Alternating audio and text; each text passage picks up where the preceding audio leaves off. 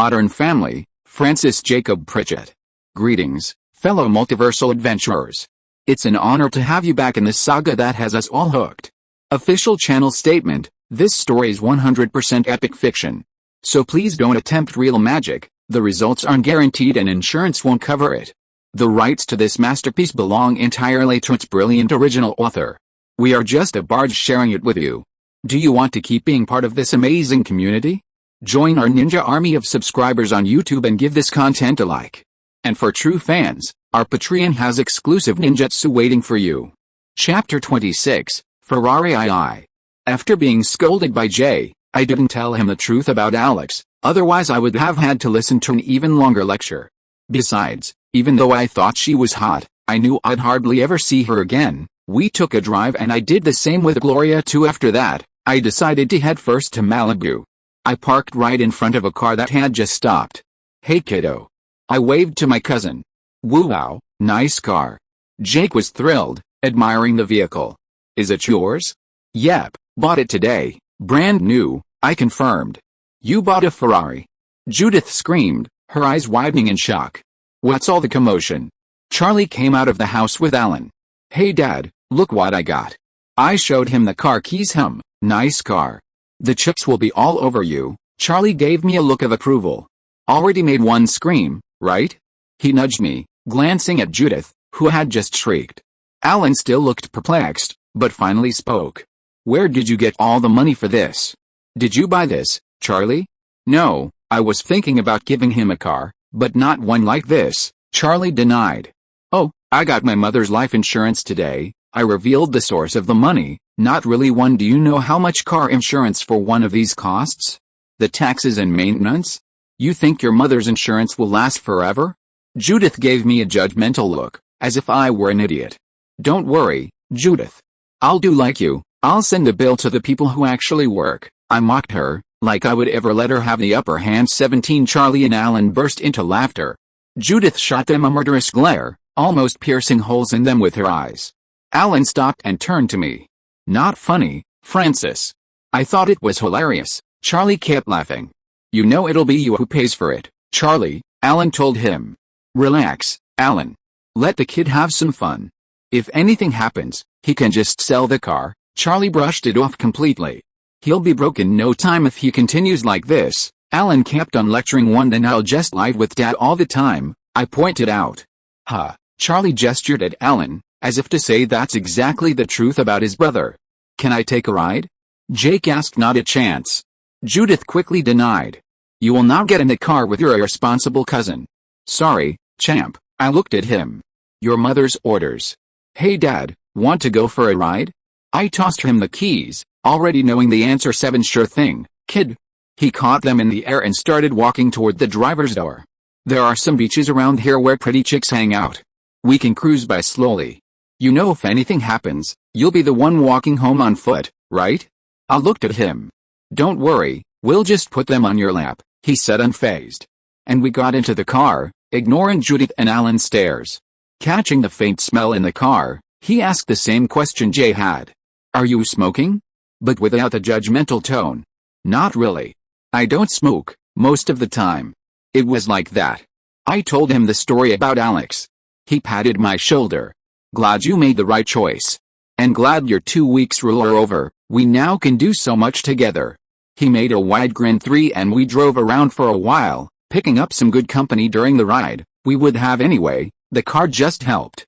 We returned to the Malibu house to continue with some activities. In the afternoon, I decided to stop by the Dunphys' house before heading home.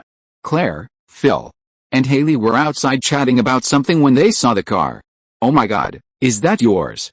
Haley exclaimed, realizing it was me stepping out of the Ferrari. "Yep, my new car. Want to take a ride?" I offered. But the first to answer, with a huge smile and childlike excitement, was Phil. "Yes, sure." 6 Haley froze and looked at her father with indignation and fury. Not exactly the answer I was aiming for, but okay, I laughed, motioning Phil to come closer. I placed the keys directly into Phil's hand. He would definitely have dropped them if I had tossed them. "You'll let me drive?" His eyes widened as if he had just received a Christmas gift. "Yes, come on, let's go for a spin," I said laughing. caught up in his excitement. Phil. Jake. Claire snapped, stepping closer to me. What is this, Jake? A brand new Ferrari? I tried. Oh, don't go all Alex on me, Jake. Claire scolded me. I bought it with the money I got from my mother's life insurance. I revealed what Claire wanted to know, but before she could start her lecture, I opened the Ferrari's trunk. I also bought presents for everyone, I said, pulling them out one by one. It's a Sony Handycam DCR, TRV950. Phil exclaimed excitedly. No wonder, this was a top-of-the-line camcorder, worth nearly $3,000. I handed 2 boxes to Claire. A KitchenAid artisan and a Tiffany necklace. She looked at them with sparkling eyes. It's adorable, she said, gazing at the necklace, then called for Alex and Luke to come to the entrance. Here, for you, Haley. An iPod 3rd generation. Haley said excitedly. Thank you, Jake. She hugged me tightly. I'll give you more later, I murmured to her. And I gave Luke a Nintendo GameCube, and an Apple iBook G3 to Alex. You can use it to study, Alex, I told her, receiving a strong hug, something rare coming from her. Claire looked happy for everyone, but said, this is too much, Jake. You spent too much of your life insurance. Don't worry, Claire, money I can do much more in future. When my mother died, I thought I was left all alone, but what I received instead was an incredible family, I added with a bit of cheap drama. I knew I would conquer everyone here with it for a. Haley looked at me like I was a puppy and hugged me again. Group hug, Phil declared, already joining in, with the rest following right after one. Chapter 27, Ferrari III. After all the commotion, Phil finally drove the Ferrari. He was incredibly careful, almost too cautious, but still managed to enjoy it. Best day ever, J Money, he gave me a high five. Glad you like it, P Money, I smacked his hand back. I dropped him off at his house, and this time it was Haley's turn. Why did you let Dad drive, but not me? Haley lightly pouted. You're on a learner's permit, Haley, I began. Besides, you don't exactly scream safe driver, I mocked, making her gasp to burn. Luke looked at her. Shut up, Luke, she retorted, moving to sit in the passenger seat. Claire looked at me and started lecturing about all the precautions I should take and how careful I had to be. Don't worry, Aunt Claire, I'll use protection, I said. What? Her eyes widened. I mean, safe driving, I quickly corrected, closing the door and reversing out. What did you say to Mom to make her so angry? Haley asked, laughing. Even after all those presents you gave her? Nothing, I played innocent. Let's go to Cam and Mitchell's, I still have to give them their gift too. What did you buy for them? Haley asked curiously. A Mont Blanc watch for Mitchell and a Roland piano for Cam, I replied. 3 Wow, nice ones, Haley said, probably only recognizing the watch. And what about giving me more presents, she teased, trying to catch what I had whispered to her. Huh, is to keep it at least equal to Alex's, in value, and a little extra to pay for your services. I want your help to buy clothes, I need new ones, and you can get some for yourself too, I proposed. Haley jumped with excitement. Oh my God, we're going shopping, with guaranteed purchases. After stopping by Mitchell's house, and after Cam made a whole scene over the gifts and the car, Haley and I headed to the mall. 3 That night, I returned to Jay's house. Wow, it's always so exhausting shopping with a teenage girl, I muttered, though I had to admit Haley had a really good sense of style and picked out great clothes. How do I look? Manny asked. Pretty good. Seems like you like my present, Manny, I replied, noticing he was wearing the Ralph Lauren kids blazer I had bought for him. Liked it? He's been wearing it all day, Jay approached with a drink in his hand. Thank you, Jake, Manny finally said and hugged me. You're welcome, buddy, I patted his back. Did you eat enough? There's still some of the meat Gloria made, Jay gestured toward the kitchen. Nat, I ate plenty at the mall, I replied and went upstairs to rest a bit. After a while, I went downstairs and saw that Manny and Gloria weren't in the living room, only Jay was sitting in the armchair. Hey, Uncle Jay, still awake? I approached him. I was rewatching a Western movie. Gloria got bored and already went to bed, he replied. I nodded and looked at him seriously. Can we talk in your office? There's something I want to tell you. He looked at me attentively for a moment and nodded. We climbed the stairs and entered his office, each of us taking a seat in an armchair facing the other. So, what do you want to talk about? He poured some whiskey into a glass. I know you're disappointed with me because of all the money I've spent, I began, getting straight to the point. He snorted. Jake, I see you pick things up very quickly. You're way smarter than you let on. Brenda once told me you were much smarter than her, and she's a Yale girl. And aside from a few teenage impulses, I've always seen you as much more mature than most kids of your age. You didn't throw a single tantrum here, nor have any outbursts. At first, I thought it was because you were afraid I might kick you out, but then I realized it's just your nature. Either you accept things, or somehow you manage to make them go your way, Jay said. Now I'm trying to understand why someone like you would spend 40% of all your money on gifts and a car. He looked at me firmly. I didn't, I revealed, handing him an envelope. What's this? He unfolded a sheet of paper. My LLC. You can see my name at the top and its balance at the bottom, I explained. $124 million. Jay almost popped his eyes. Where the hell did you get that much money? I handed him more papers, including a small framed display with the Delaware lottery numbers, the winning ticket I had kept to. Then I started listing them, my mom's birthday, our house number, part of her phone number, my age. I gave meaning to each Powerball number. It's easier to believe when it sounds like it makes sense, even if it doesn't. To irony of fate, I won the Powerball that day, Jay. A $254 million prize, which turned into this after taxes and the lump sum payout. I finally said won. I was already a future millionaire from the moment I agreed to live with you, I said, looking at him. The emancipation, he murmured. Part of the plan. After realizing I had won, I waited until the emancipation to claim the prize, exactly so that no one, except the proper authorities, would know about it. I even opened an LLC for the money to go into. The funds came in 3 weeks ago, I revealed one by one. I only spent what was necessary, without drawing attention. Now, with a Ferrari and all the gifts, everyone thinks I'm being irresponsible, that I blew most of the insurance money.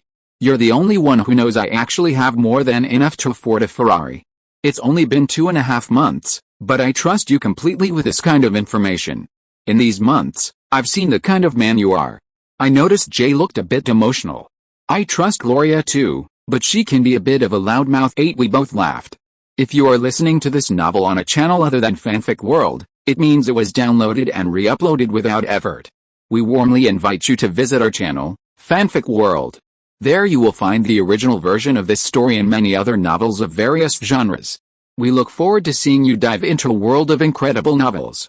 Chapter 28, Genius. There's another thing, Jay. I looked at him.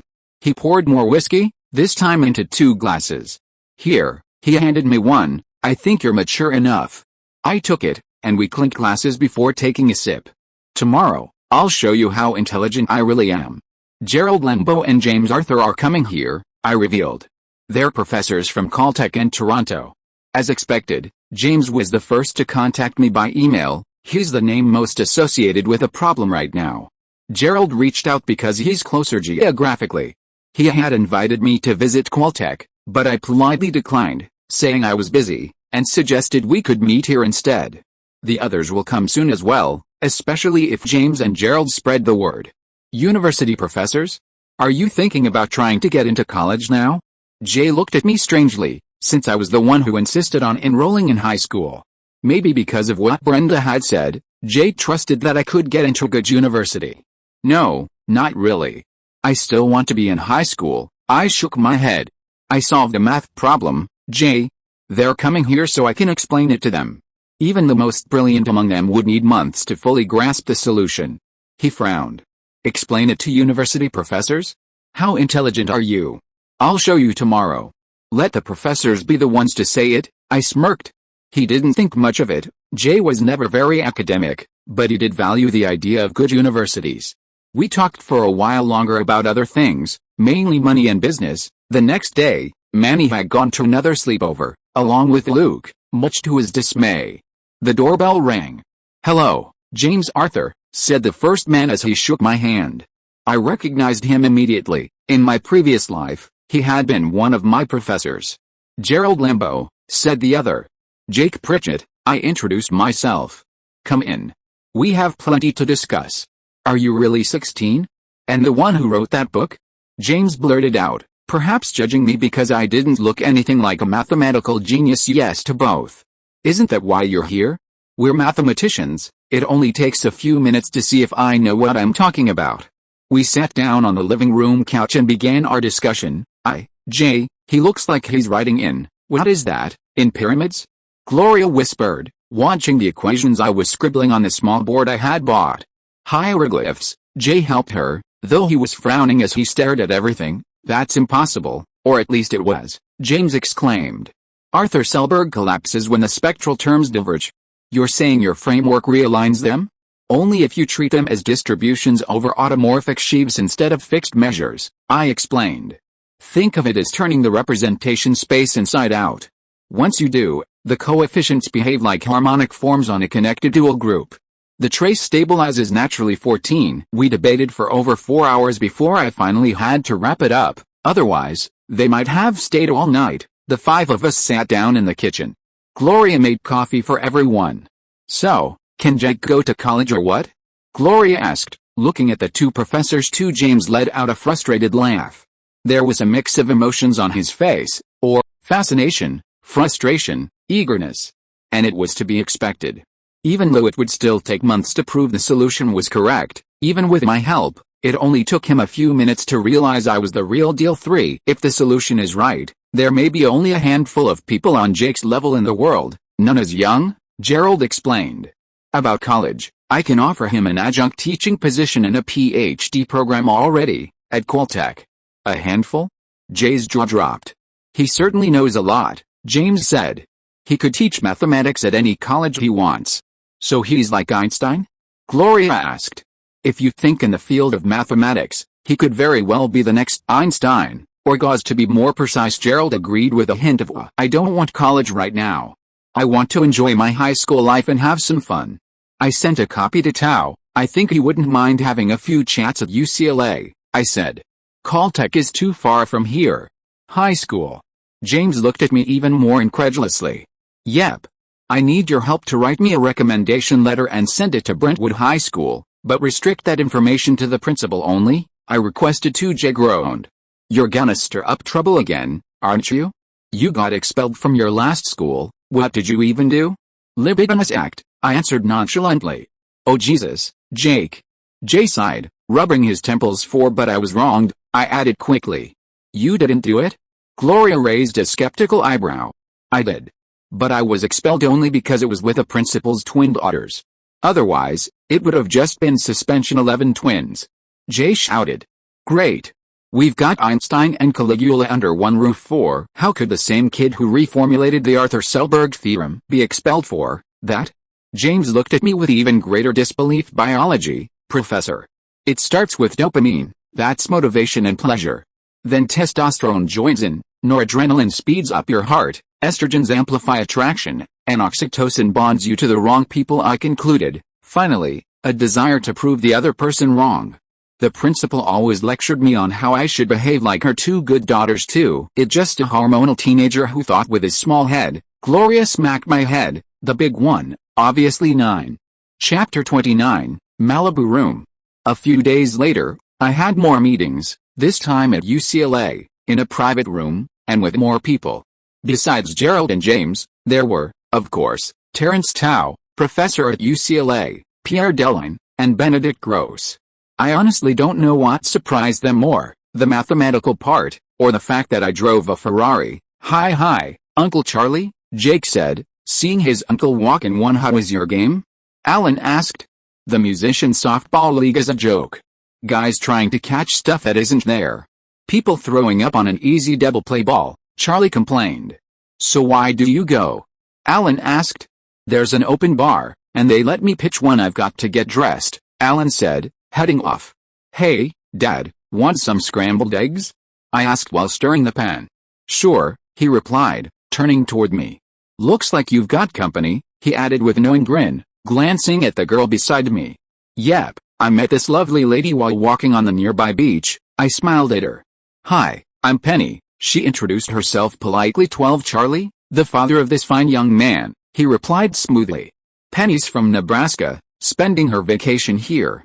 I'm just showing her a bit of Californian hospitality, I added with a smirk. 6 and the 4 of us had breakfast together. Jake decided to eat again. Kiddo is a mix of Manny and Luke.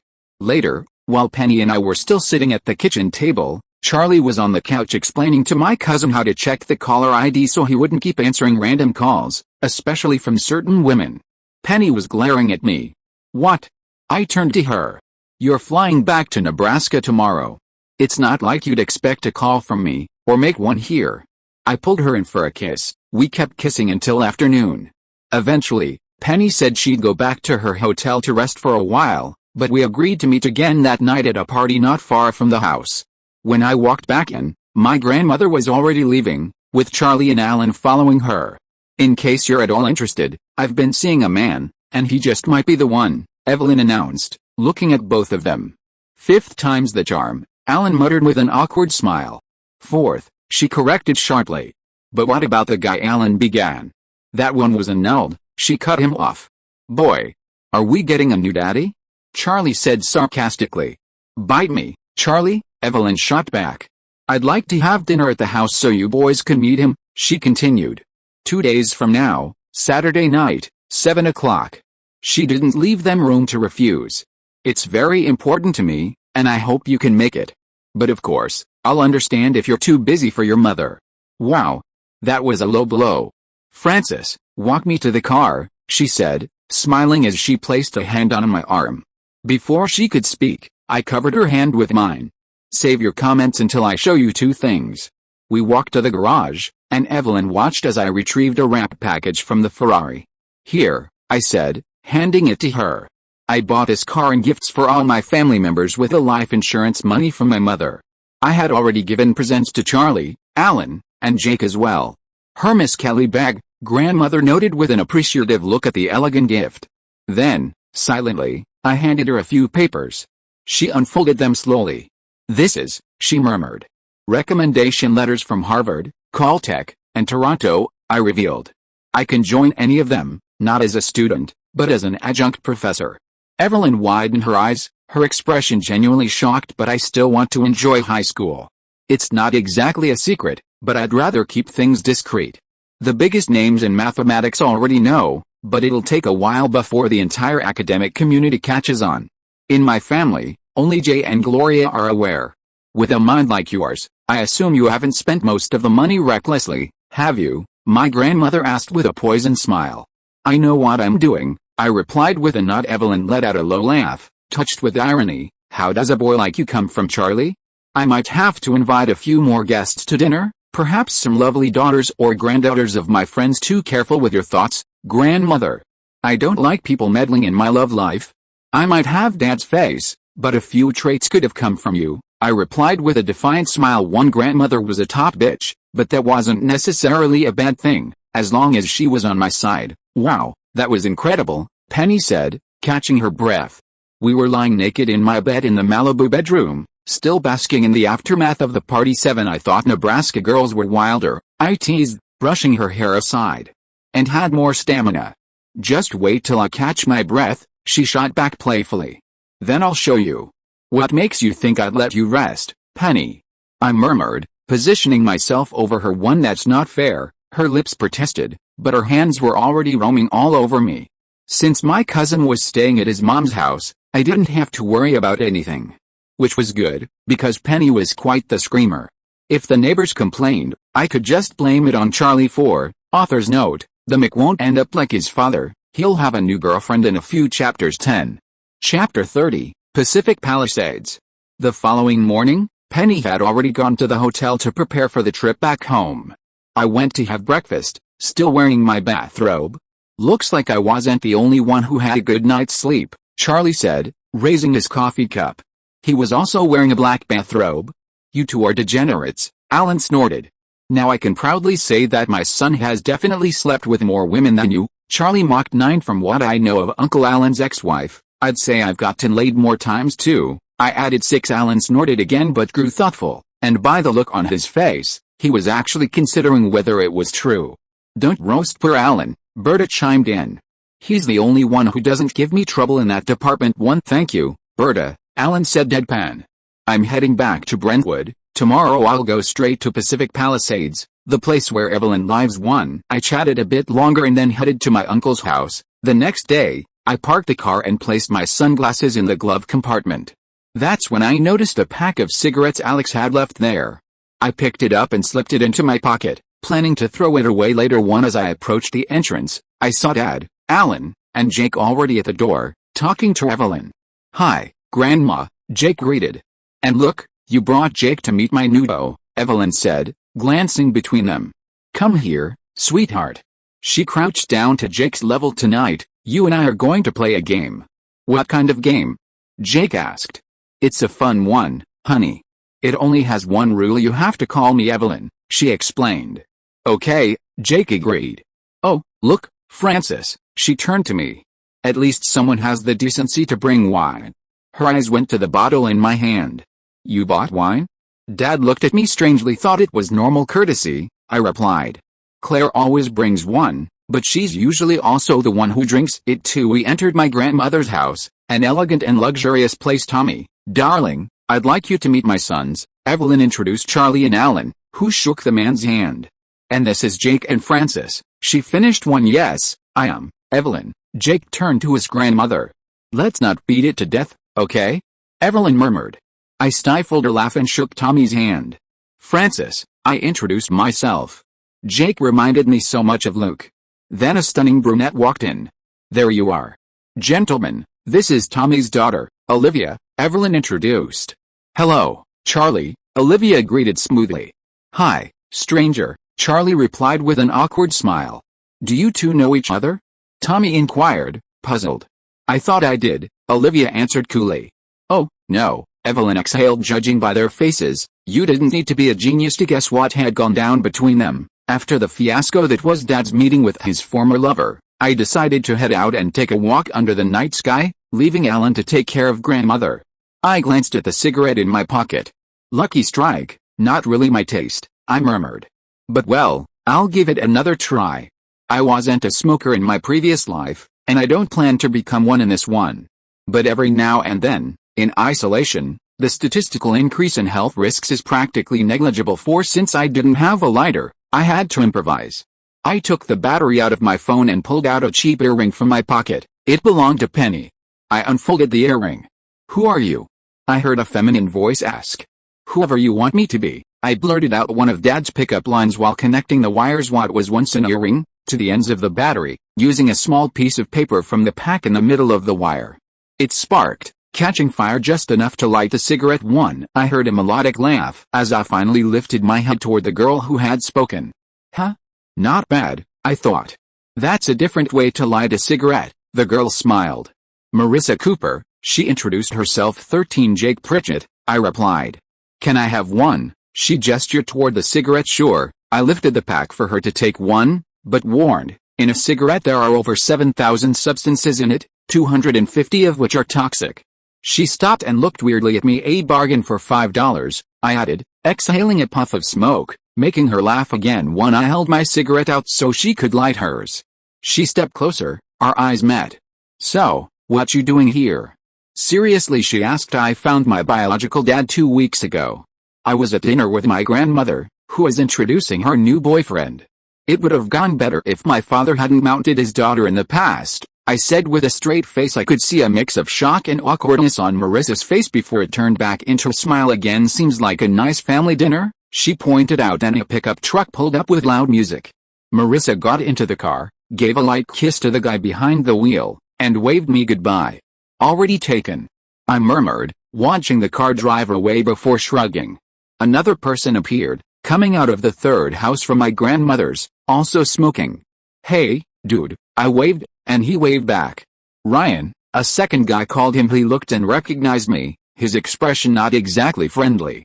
"Hey, you're the guy who was sneaking a peek at Haley at the wedding," I confronted him. "I'm Seth," he introduced himself awkwardly. "I don't know what you're talking about," he muttered, glancing around. "One boy, you should never play poker. And don't worry, she's my cousin. If anything, you should try to be my friend," I revealed, already walking back toward my grandmother's house to leave 3, Marissa Cooper Pick 20. Chapter 31, First Day of School. "First day of school, huh?" Jay commented as I walked into the kitchen to grab some coffee. "Yep, you'll have the whole house to yourself and Gloria," I raised my cup in a toast. Here, Jake, so you can go with full energy. Gloria handed me a big breakfast. Thank you, Mama Gloria, I joked affectionately. What the hell are you wearing, Manny? Jay asked, seeing Manny dressed in a poncho. It's a traditional Colombian poncho. I want my new classmates to know I'm proud of my heritage, Manny replied, straightening his shoulders. For you could sell drugs, Manny, instead of looking like an old Christmas tree, I commented sarcastically. HII, Jake. Gloria warned, then turned to Manny. You look handsome, Menino, I whispered to Jay. Can you take care of this? He's going to get bullied if he shows up like that. Manny isn't exactly the most normal of kids, and dressed like that, I wouldn't expect a warmer reception. Jay sighed. It's his first day too, leave it to me. I nodded. Worst case, I'd pay some kids to beat up the ones who bullied Manny. 5. I parked the car and got out.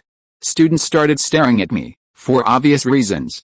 Even in a school full of rich kids, a student driving a Ferrari was still very impressive. 12. Wow, you're already on your way to the top of the popularity list, Haley laughed as she walked up. Hello, little comet, I gave my cousin a side hug. 7. She slapped my hand away as I waved to Claire in the minivan. Stop embarrassing us, Haley whispered, and you could have picked me up. Maybe she was embarrassed about the minivan, or that her mom dropped her off in front. Probably both.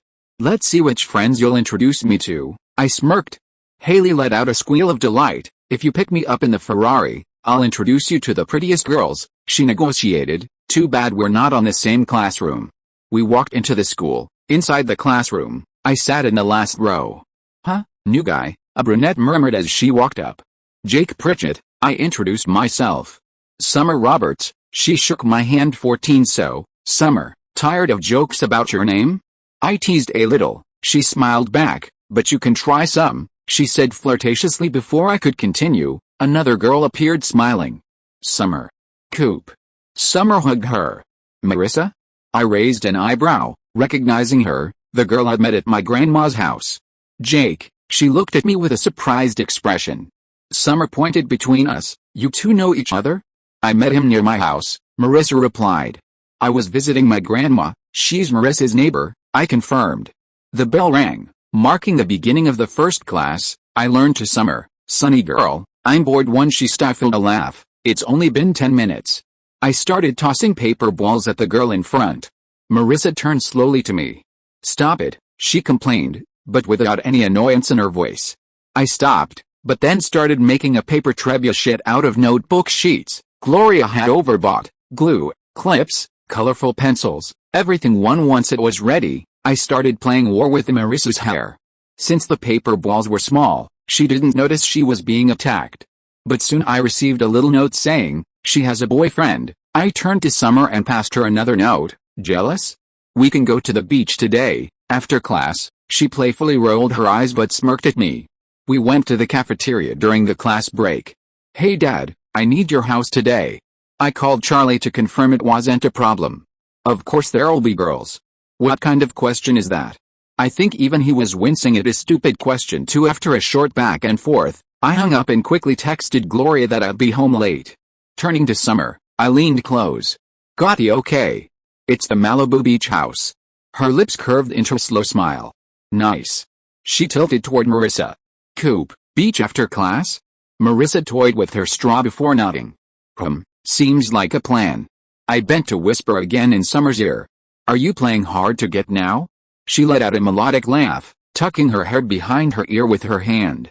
You need a little more work, big boy. Before she could bask in her victory, I spotted a girl walking up. I rested my arm on her shoulder. My cute Haley. Malibu Beach, after class? My dad's place. Sure thing, she said instantly, eyes bright. Summer's smile faltered. Haley, don't you have a boyfriend? Some senior from another school, she said accusing, pointing a finger at Haley. Haley pressed a hand against my chest, grinning. I'm sure he wouldn't mind. As expected of my street-smart cousin. She caught the whole interaction immediately. 3. Too bad, Summer cut in, sliding next to me and wrapping her arm around my waist. This one's already taken. I also placed my hand firmly on Summer's waist. But you still can come, cousin. I said, looking at Haley, emphasizing the last word. Summer widened her eyes. Wait, what? 6. While Marissa, who had been quietly watching, laughed. You got played, Summer. 1. Summer Roberts Pick 4 Author's Note: as I mentioned in the auxiliary chapter, the OC will be the most alternative universe of all the shows. There's a lot of drama in the series, and some pretty ridiculous ones. I'll be cutting part of it. 1. Chapter 32, First Day of School. Hey, baby. A typical jock football player walked up and kissed Marissa, the same guy I'd seen behind the wheel of the truck that night. Hello, Luke? Summer greeted, still clinging on me. Hi, dude. I raised a hand, the one around Haley's shoulder, while my other arm stayed firm around Summer's waist. Wow, man, already took the second and third best girls? Luke teased. Yep. Got a son and a little comet for myself. And I prefer brunettes, so I already have number 1 and number 2. I grinned. Marissa just rolled her eyes. Okay, before this turns into gossip, Haley pulled away from me. He's my cousin, she clarified loud enough for everyone nearby to hear. 1. The bell rang, cutting the tension and sending everyone back to class. When the bell rang again, students poured out of the building. I walked toward the parking lot with Summer and Marissa on either side, Haley trailing close behind. Luke can't come. He has practice, coach said if he skips, he's benched, Marissa explained, sounding mildly annoyed. I shrugged. His loss. Marissa gave me a sideways look. Haley linked arms with Summer. So it's just us girls. You're so lucky, Jake won, or maybe you're the lucky ones. Not even you believe that, Summer smirked. So, ladies, I asked, which one of you has a car? The Ferrari only had 2 seats. Worst case, I'd grab a cab for them 3. My car's in the shop. Dad gave me a ride, Summer mentioned. I can drive all of us, Marissa offered with a smile. No, he has a. Before Haley could finish, a familiar voice called her name. She turned to see the family minivan. Mom, can you not embarrass me? She groaned. I approached. Hey, Aunt Claire. I invited Haley to the beach. We're going to my dad's house. Claire's eyes narrowed. Between Haley and me it's just the 4 of us, I said smoothly, pointing at the girls waiting nearby. She hesitated, then finally relented. I want you back by 8, Haley. Before Haley could argue, I added, she will be. I'll bring her home myself. Claire sighed and drove off to pick up Luke and Alex. I turned back to the girls. Marissa, I'll go first, just follow my lead. All right. Where's your car? She asked. Right around the corner, I gestured for them to come along. When the Ferrari came into view, Summer froze. You have a Ferrari, she exclaimed, her eyes widening in disbelief. Want the passenger seat? I smirked at her. Haley pouted and followed Marissa toward her car. As we pulled out of the lot, Summer told me to drive slowly, just enough for everyone to notice. Thought you'd try to play hard again, I joked. She leaned in and pressed her lips to mine. I deepened it, savoring the moment until Marissa started honking behind us. I drove us to Malibu's house. We arrived at the house and parked in the garage. Inside, Dad was already waiting. Hey, Francis, looks like you brought some good company for your first day of school, Charlie greeted, his trademark smirk firmly in place. Marissa, Summer, this is my dad, Charlie Harper. Francis? Marissa repeated, arching an eyebrow. My name is Francis Jacob Pritchett Harper. I prefer to be called Jake, but in the Harper family, we already have my little cousin named that. So, to avoid confusion, here I am called Francis. I explained while leading them to the deck 6. Nice place. Summer commented, taking a look around. Then Berta appeared, carrying a tray of drinks and serving us on the deck. White wine spritzer for the princess, pina coladas for the 2 troublemakers, and old-fashioned for Gatsby. One always loved your humor, Berta, I smiled, slipping her a few bills. And you nailed it perfectly. Berta nailed each girl's taste and stereotype perfectly. She shot me a knowing look. I've worked for your father long enough. Then simply asked which one? Or more than one? That one's my cousin, and the other one has a boyfriend, I replied, nodding toward Haley and Marissa. Berta kept waiting. Neither's a deal breaker in this house, and I've seen worse. 9. I sighed. The other brunette. Your room is all clean, with fresh sheets and new towels, she murmured to me. I don't think that'll happen today, but thanks. I nodded at her. I can't believe your dad lets you drink just like this, Haley complained, but seeing the other girls' faces, she exclaimed, wait, am I the only one who can't drink anything without being grounded? I sneak a drink or two, and they don't say anything, Marissa said, already getting comfortable in the recliner. Same here, Summer nodded, as I went to sit next to her. "This is so unfair," Haley whined. "You're the only 15-year-old here, cutie," I teased her. Not that Claire will let her drink even when she turns 16. It's a bit odd that Marissa and Summer are 16 too, considering they didn't repeat a grade, and our sophomore. 3 We talked for a while and then decided to go down and sit on the beach. "Next time we should bring bikinis," Summer remarked, as we all sat on the beach chairs, barefoot on the sand but still fully dressed. The ocean breeze carried a hint of salt and laughter from somewhere down the shore. Then 2 girls jogging along the waterline waved at me. "Hey, Francis," one I waved back with a grin. And it happened another time too, making Summer cross her arms. "What? You didn't expect me not to be popular, huh?"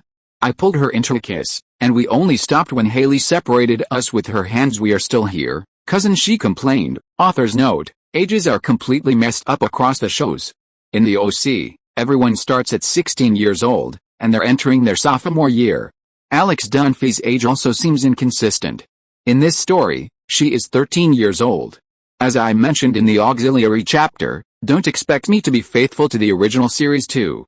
Chapter 33, First Day of School. For the 3rd time, someone called me at the beach. "Hi, Francis," the woman waved while jogging. "Hello, Cindy," I waved back, and when I turned around, the 3 girls were glaring at me. 50, come on, she's too old for me. "She was one of my dad's friends," I explained. "Well, if I wanted a virgin, I'd stick with Coop's cousin, not Haley's," Summer teased. "Hey," Marissa exclaimed, though without much offense in her tone. "Who are you talking about?" Haley asked curiously. "His name's Sheldon Cooper," Summer revealed. "The weirdest guy I've ever met." EWW5 Sheldon Cooper? I raised an eyebrow. Marissa looked at me surprised. "You know him?" "Read about him," I clarified. PhD at 16. At 23, he's considered one of the most promising physicists alive. One Gerald once told me how relieved he was that I wasn't another Sheldon, an arrogant genius with 0 social skills. "He's really smart, but a hard person to talk to," Marissa said. "But his twin, Missy, she's amazing." 11 How can such a beautiful and funny girl be related to that? Summer laughed. "Oh, I remember last year when Missy came to visit you and snuck drinks for us 3. The first time we got totally wasted," Marissa laughed. "We talked until around 6 in the evening, when the sun was already low, and I said it was time to wrap up the day." Marissa gave Summer a ride since they both lived in Pacific Palisades. "I was driving Haley home." "You could give me some driving lessons, Jake." "Mom and Dad always freak out when they were instructing," Haley said, sitting sideways and looking at me. "I can do that, but not on the Ferrari.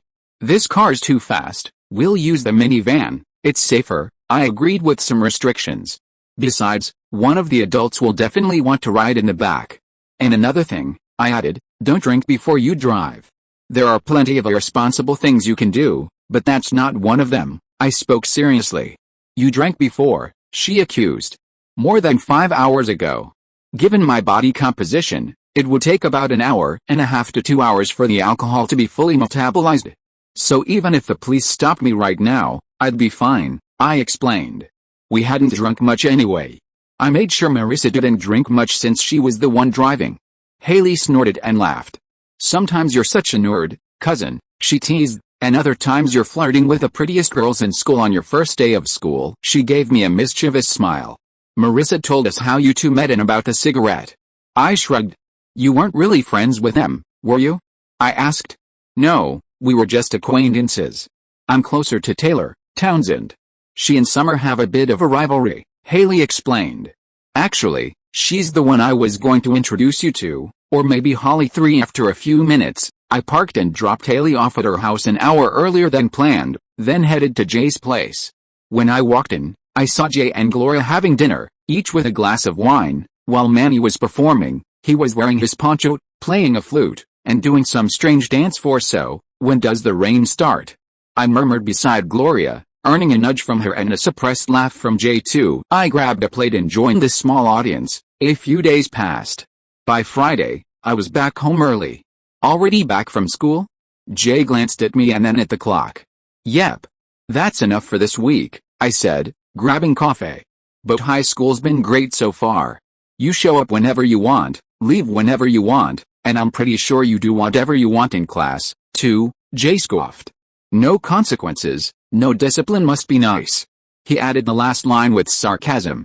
Exactly what you do at your company, I replied cheekily. I'm just a faster learner. I never shy about the privileges I'd earned. After all, I usually give back in return. I changed the subject before Jay could retort. Is there a problem with my friends coming over for dinner? I asked him. At least they'll give Haley a ride, since they're going shopping first and will come here afterward. Already found a girl during the first week? Jay raised an eyebrow. First week? I did on the first day, I smirked. Jay just shook his head without saying a word. Jay! Gloria shouted from the living room as she appeared holding the house phone. Manny got into a fight at school. Seeing them heading for the car, I followed. I'm going to calm down, Gloria, Jay said as we walked through the school hallway toward the principal's office, trying to reassure her. Boys fight all the time, he downplayed when we reached the corridor. Then, noticing I was scanning the area, he asked, and what are you looking at? Looking for a few kids I could pay, just in case Manny's opponent needs a little lesson, I replied casually. Jake. Gloria scolded me, but then stepped closer and whispered, find a big 111. I smiled. Gloria also had her own way of handling things by street rules. We arrived at the principal's office door, and Gloria promptly opened it, but when we saw who was inside, all of us were surprised. Besides Manny, there was Luke sitting next to him, and in the following chairs were Claire and Phil. What are you doing here? Jay asked, frowning at Phil and Claire. These two were fighting each other, Claire explained. Author notes, hey, I top up, bought 50 coins, $1, and I already reached LV10, not that I got anything very useful out of it. Chapter 34, Coal Digger. So what happened? I asked, standing behind Manny and Luke since only 2 chairs were left for the parents. The principal explained, apparently there was some name-calling and pushing on the playground, then added, by the time a teacher separated them, Luke was sitting on Manny's chest. Luke, that's not like you, Jay scolded. Noticing Jay's familiarity with the other boy, the principal intervened. Wait a minute, you're Luke's father? Grandfather, Jay corrected. So Manny's father is the principal. Tried to piece it together. Javier. Crazy guy. That's where he gets his spark, Gloria replied, settling beside Manny. Alright, and you're the principal. Looked at Luke. He's our son, Claire pointed to herself and Phil. I'm his daughter, she clarified, nodding toward Jay. The man blinked, now staring at Manny. So you're his uncle, Manny answered, facing Luke. Stop saying that, or I'll sit on your chest again, Luke rumbled, annoyed. Claire looked incredulous and pulled Luke closer. Wait a second. Is that what this was all about? He keeps calling me his nephew. Luke complained. You are my nephew. Manny shot back immediately. Before Luke could argue again, I smacked both their heads. Alright, you two dunderheads, enough.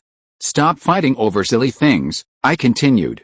Now make peace, and we can go to that new ice cream shop that just opened. Everything's on me too. They exchanged quick glances before smiling and shaking hands. Ice. There's a flavor I really wanted, Phil blurted, halfway out of his seat for Phil. Jake. Claire barked. Come on, Aunt Claire, they already made up, I replied, crouching next to the boys and whispering, now, remember what I taught you. 3 both turned toward the principal.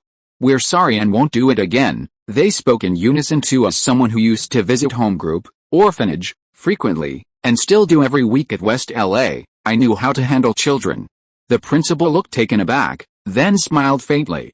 Alright, you can go, but I still need to talk to the parents. I nodded and turned to Jay. Pass me your key, Jay, I asked as I handed him the Ferrari key since it only had 2 seats. After taking the boys out for ice cream and driving around the city, I went back home. When I walked in, everyone had already arrived. Hi, Alex. Hello, Jake, she greeted with a small wave. I hadn't interacted with her much yet. Along with Cam and Mitchell, Alex was one of the few family members I'd barely spoken to. She'd probably be the most shocked when she found out how smart I actually am. First and goal to go for the Alini, the TV announcer called as the game was going on. I sat down in the armchair while Alex sat beside Jay, saying, I like football. Haley hates it, which is weird because it's all boys, and there's no reading required. She kept going, Do you know she spends at least 45 minutes every morning doing her hair? And sometimes until Jay finally covered her mouth to shut her up. Then Cam came in singing, "Let's go, Eleni. Let's go." Right now, his face was painted half blue and half orange. 1-0, looks like I gotta watch the game with Dick Butkus, Jay remarked. Dad, come on, Mitchell protested, offended. That's offensive. Mitchell, he's one of the greatest linebackers to ever play for Illinois. I turned to him. His parents, though, not a great name choice. And one of my personal heroes, Cam added proudly, pointing at himself. And his name is Butkus? Mitchell exclaimed, astonished. All right. Dad, I thought you were being homophobic. I'm sorry, he murmured awkwardly. We've got all night, Jay replied unfazed. You are joining us here, he added, raising a brow. One he's been studying up, Cam revealed. I gotta tell ya, I'm a little worried about CJ Hightower, Mitchell began. Right? With a bad ankle? I'm wondering how he's gonna run his corner routes. Hightower's out, Jay informed. What? Cam blinked. Oh. Then who's gonna run the corner routes? Mitchell questioned, trying to keep the talk going. Certainly not Billings, I quipped, making Cam and Jay laugh. That's low, Jake, Cam said, still laughing, then turned to explain to Mitchell, Billings is in jail. I put $500 on the Eleni to make the next touchdown, I mentioned, glancing at my phone. Oh, Jesus, Jake. You bet on Illinois? Jay asked, exasperated. I didn't hear you complain when I used the prize from the last game to buy that Glenfiddich 30-year, and that was against a rival team too, I retorted. I only bet for fun since the results were different from what I remembered. My accuracy rate hovered around 60%, not bad at all. Good call. Cam exclaimed, and explained the team's next moves double tight and it's gonna be a quarterback rollout to the left. Jay shook his head. They're gonna run it. Trust me, he's got the slot, Cam predicted. In the end zone. Touchdown, the announcer shouted from the TV, with Cam echoing his excitement. Yes, I shouted, slapping Cam's palm in a high five. Hey, Cam, pick a place for the family to eat next week. I just made $2,000 on that bet. Too lucky guess, Jay grumbled. Mitchell, sitting beside Jay, murmured, maybe they should've considered blitzing. Blitzing wouldn't have helped them. Get out of here, Jay muttered again. Mitchell ended up standing and leaving, and I did the same since the girls had just arrived. If you are listening to this novel on a channel other than FanFic World, it means it was downloaded and re-uploaded without effort. We warmly invite you to visit our channel, FanFic World. There you will find the original version of this story and many other novels of various genres. We look forward to seeing you dive into a world of incredible novels. Chapter 35, Cold Digger II.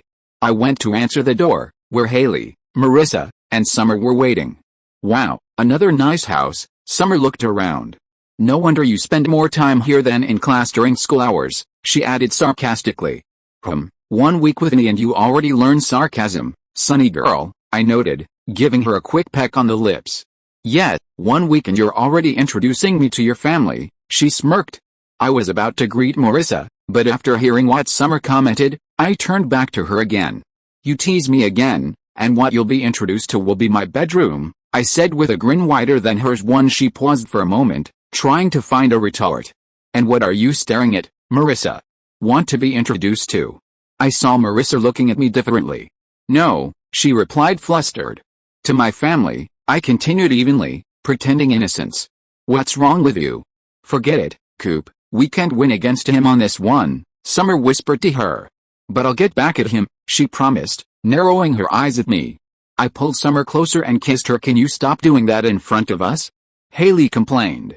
You're just jealous that Dylan isn't here, I said, giving her a light hug. I went to present them to the family, and while we were in the kitchen, we saw Claire, Gloria at the counter, and Phil in the corner having what seemed like a serious conversation. Sometimes when you see me, you make that face, Gloria spoke to Claire. What face? She asked. Gloria tilted her head slightly, like this, and pouted her lips. I don't, Claire began, but I interrupted her. That is so, Claire, I laughed, stepping beside her. Jake, she snapped, but her expression shifted as she noticed the newcomers. Oh, hi, she greeted, then whispered to me out of the corner of her mouth, which one? That one, I pointed at Haley, earning a slap on my hand and a glare from Claire. I thought you asked which one I liked the most, And it's still Haley. Family means everything to me, I said mockingly. 5. Then I introduced Claire, Gloria, meet Summer and Marissa, and the four exchanged polite smiles. Gloria's like a second mom to me, I spoke affectionately. And Claire sometimes too, especially when she runs out of people at home to yell at and needs a fresh victim. Gloria, Phil and Haley burst out laughing, while Claire was also smiling lightly, though with a look that said she'd give me a lecture later. Then, Manny, seeing the two girls, stepped forward. My name is Manny Delgado. I cut him off. Save it, champs. Everyone here has a boyfriend. Do I? Summer whispered, taking my hand. I just ignored her and turned to Gloria and Claire. You can keep doing whatever it was you were doing, I said casually.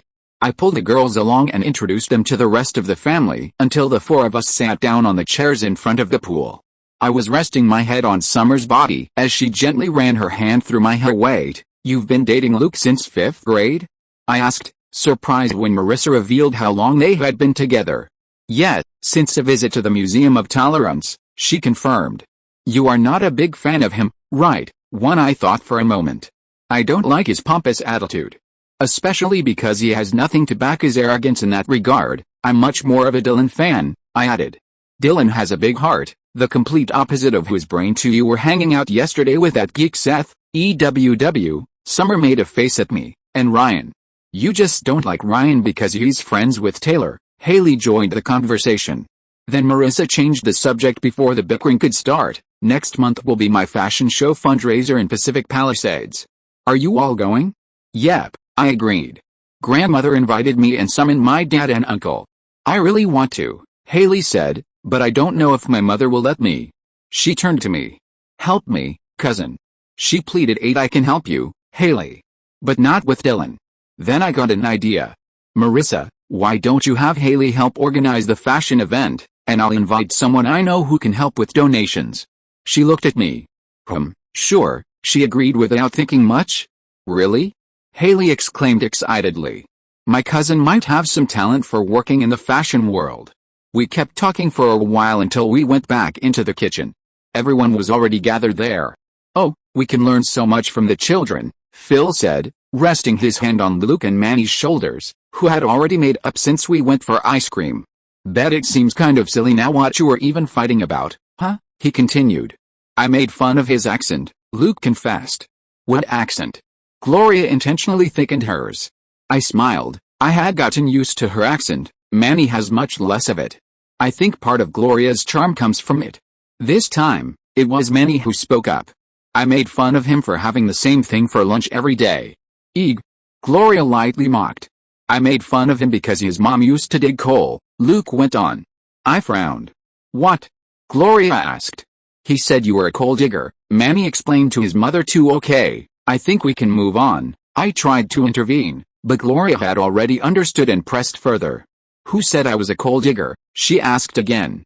That's what my mom told me, Luke said. Alex turned to her dad. What's a coal digger? Sweetheart, he heard it wrong. It's gold digger, Phil explained a little too loudly. 6. I really don't think I remember ever saying that, Claire tried to defend herself.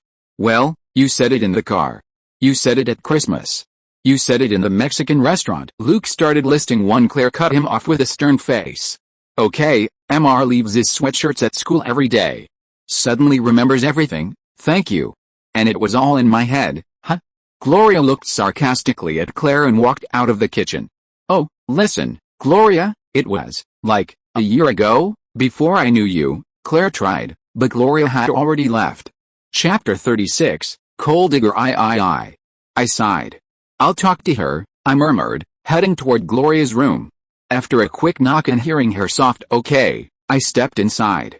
Hey, Gloria, I said, taking a seat across from her. She started, from the beginning, I feel like Manny and I are not welcome in this family. How come? I was very welcome, I even let you take me in at your house, I joked, trying to ease the tension. That earned a small smile. And that's not fair, Gloria. Phil, Kim, and even Alex, in her own way, were welcoming. The problem is us Pritchetts, I went on gently. Claire, Mitchell, Jay, and we're too judgmental. I bet Mitch had doubts about Cam at first, and Claire definitely did about Phil. When I first saw you at the hospital, I thought the same thing Claire did. But maybe because I'm a genius, I didn't blurt it out loud to a 10-year-old loudmouth, I quipped, making Gloria chuckle. It didn't take long for me to realize how wrong I was. I continued, taking her hand. You welcomed me with open arms, and I saw how you and Jay made an incredible couple. I have a theory, I added with a faint grin. Some divine providence must have seen that after 35 years with that witch, Jay deserved a break, and sent him the best woman possible. I mean, you know, Lindo, she cooed, hugging me before giving a deadpan look. You smooth talker, you're going to make me a grandmother soon.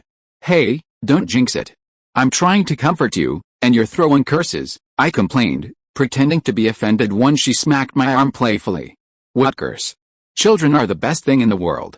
Then someone knocked on the door. It was Claire. Okay, I'll let you two talks, I muttered, standing up and heading back to the living room. I sat down to watch the last minutes of the game while Marissa, Summer, and Haley chatted in the corner, not very interested in the match, though they sometimes laughed in my direction. Oh great, now we have two more Haleys, Alex remarked sarcastically from her seat. I ignored her and kept my eyes on the TV until Claire and Gloria came down the stairs. Hey, you two work that out? Jay asked, giving them a quick glance. Almost, Claire answered. Gloria just wants me to jump in the pool. Okay then, Jay replied casually, turning back to the game. What? Phil exclaimed, wide-eyed. Wait, I interrupted, standing up when Claire looked half surprised, half wary. I smirked, let me grab my camera first. She just shot me a murderous glare when Claire walked outside toward the pool, and of course, we all followed. This is so awesome. Luke shouted. I know, Haley added. Mom does not look good wet for. Is she really gonna jump? Marissa asked curiously. Of course, I nodded confidently. Jay groaned. Gloria, is this really necessary? As Claire stood at the pool's edge. It's fine, Dad. If I have to jump into this water to prove how sorry I am, I'll do it, Claire declared. I'm fine. But she hesitated, then turned to Gloria. You're serious? You're not gonna stop me? Why would I do that? Gloria asked innocently. Because I'm showing my willingness to. Claire stopped, realizing Gloria wasn't budging. No? Okay then. She sighed and jumped. Yay, we all burst out laughing and cheering. Are you happy now? Claire called from the pool. Yes. I forgive you. Gloria shouted back, smiling. Then give me your hand, Claire offered, swimming closer. Oh, that's the oldest trick in the book. She's gonna pull you in, Jay warned. Claire denied. No, I won't.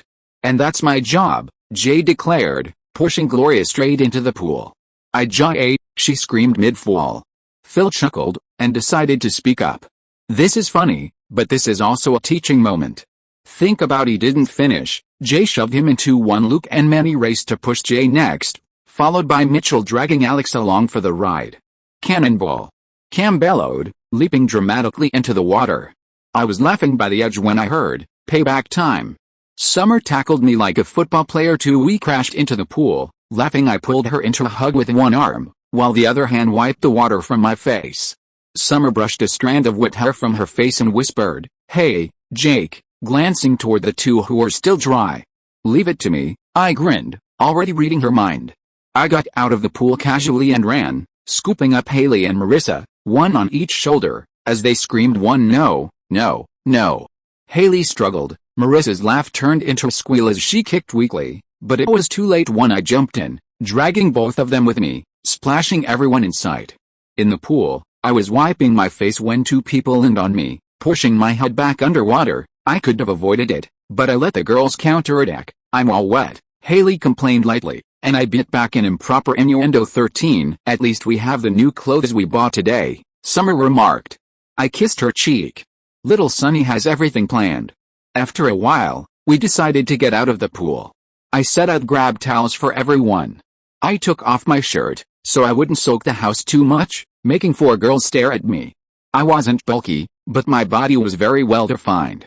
Wow, not bad, Summer looked eagerly without a hint of shame. Alex turned away quickly, frustrated, and Marissa also looked aside. Haley said nothing but was still staring at me. 25. Chapter 37, Tattoo.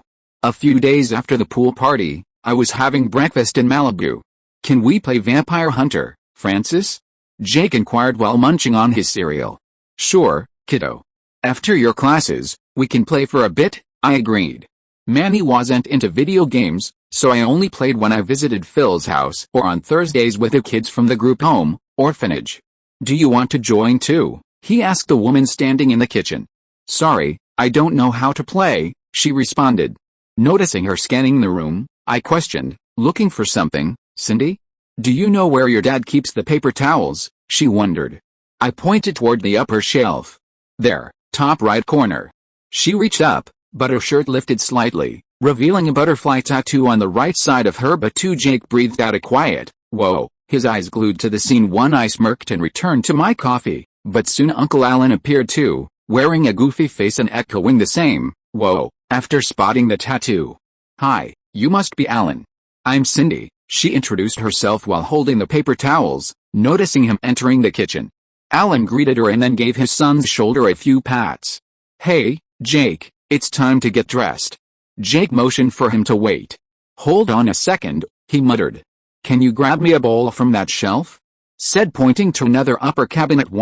The kid can use his brain when something interests him.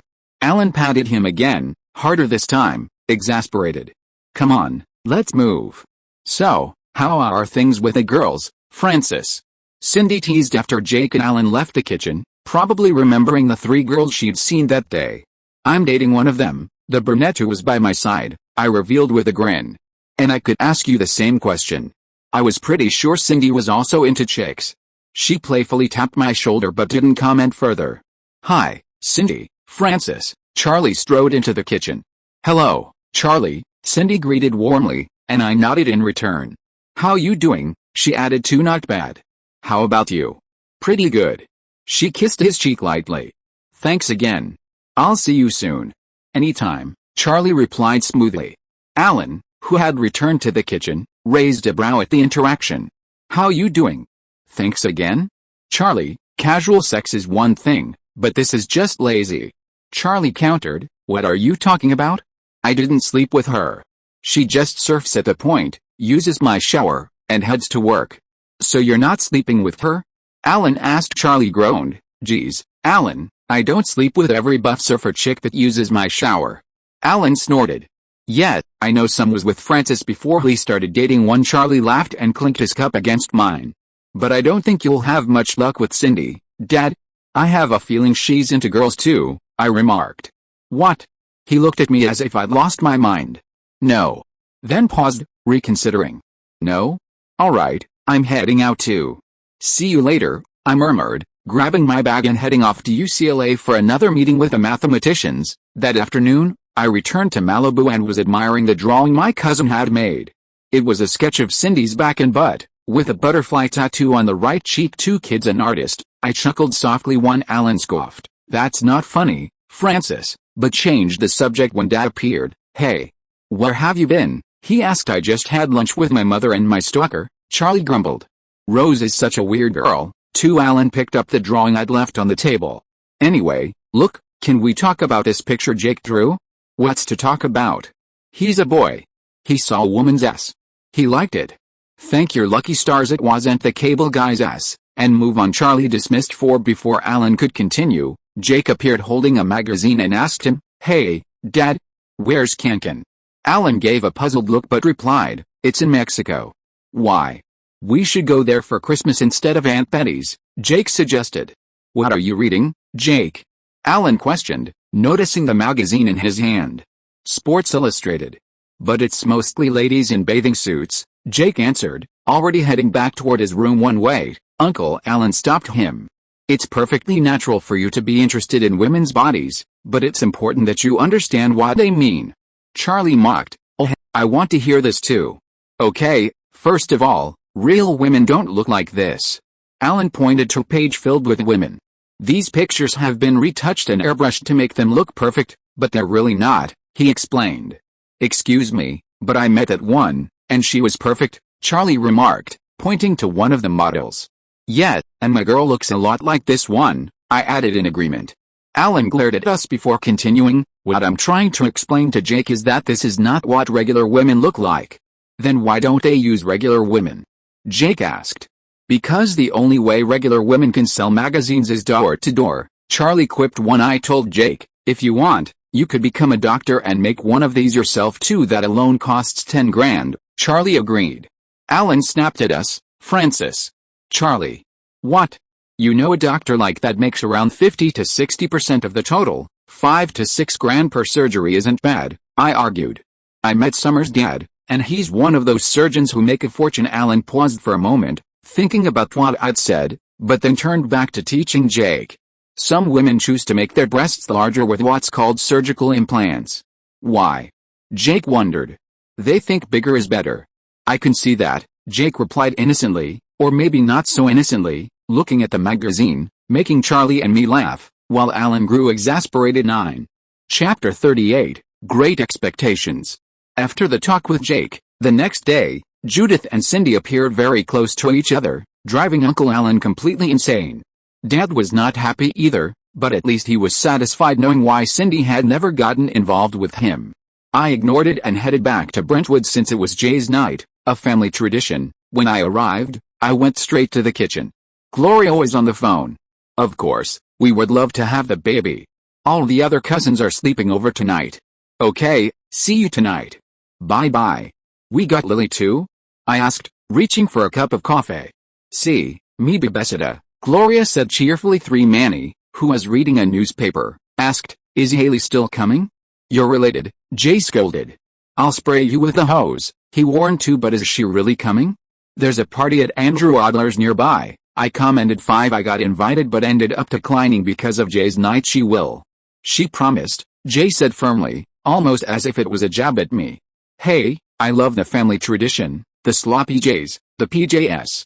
I began, and the fact your girl will be part of it too, Jay added. I told her she could go to the party without me. What can I do if she prefers to be here? And you all agreed with it, I replied, unfazed. Yep, I told Summer she could go, but she insisted on coming here. Jay and Gloria are much more open about me having a girl over here, as long as I keep things discreet, since I could easily go to Dad's house without any restrictions.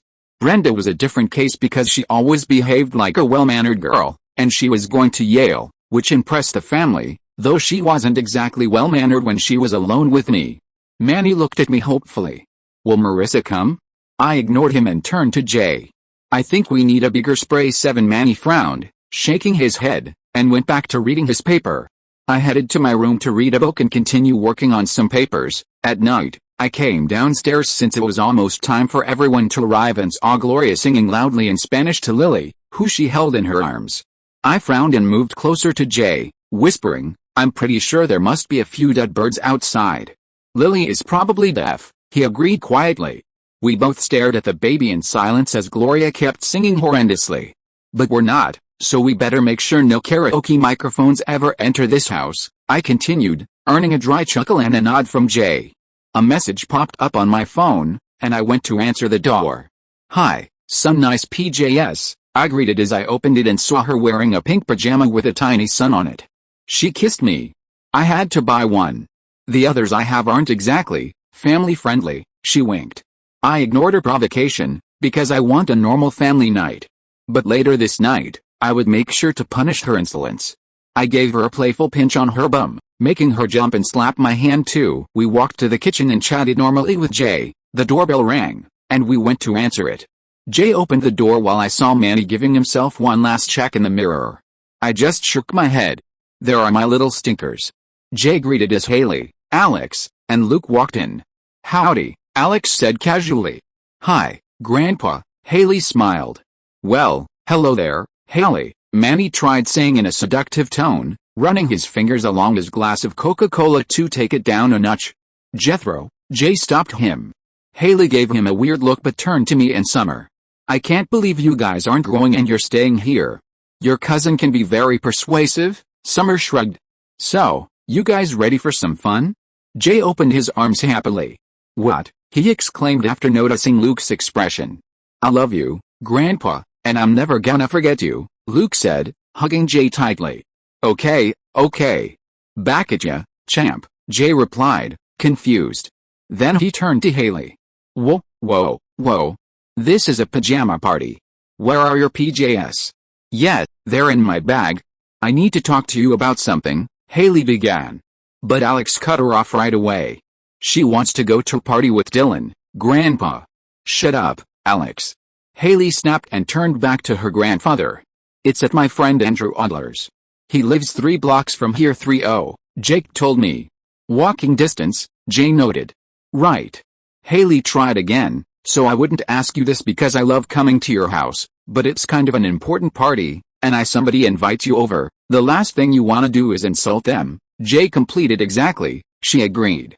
Jay put a hand on her shoulder. I'm glad we agree, he said and walked away. Haley, if I were you, I'd lose that smile, I warned her, realizing she hadn't understood what had just happened.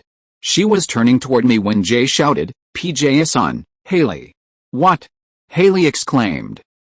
I would be happy to let her change in my room. Manny stepped forward. Jay came back with a spray bottle and used it on Manny, and I grabbed one too, doing the same right after him. For Manny wiped his face and threw his arms open indignantly in our direction. I used the spray once more just to be sure. For Chapter 39, Great Expectations. Haley ended up not changing into her pajamas, probably plotting a way to sneak out to the party, as if Jay hadn't seen that coming from a mile away. We all gathered around to eat the famous sloppy Jay's 5. This is good, Summer praised the food. I looked at her. Told you, we have good cooks here. He's probably including himself, Jay joked. Summer shot me a curious glance. Do you know how to cook? Yep, I confirmed. And I'm even better at making drinks, I whispered to her. After all, drinks are way easier to make since they have fewer ingredient variations. Beverages are basically homogeneous. He makes a good eggs benedict once in a while. Manny smiled. Haley nodded. He made it at our house too. I can't just keep showing up and eating for free, I grinned. Sometimes I stop by there when I go for a run. I like running outside instead of at the gym. You could make it this week and give me a ride afterward, Haley proposed. I can do that, but you'll have to convince your mom, I reasoned. Class at 7:30 is ridiculously early. So far, I haven't given Haley a ride to school since I'm always running late in the morning. That's not gonna happen, Alex commented sarcastically. And how do you manage to go after 10 a.m. and still not get suspended? It's been a month. After the first day, I never made it on time again. I was defeated by my comfy bed. I'm special, Alex, I winked at her. She simply rolled her eyes. What else are you good at that I don't know? Summer asked, intrigued. One could say I'm good at math, I revealed, one being basically anyone who understands math. You? Good at math? Alex looked at me even more suspiciously too. That's nerdy. Haley pulled a face of disapproval. It doesn't suit you. I just laughed at the absurd thing Haley remarked.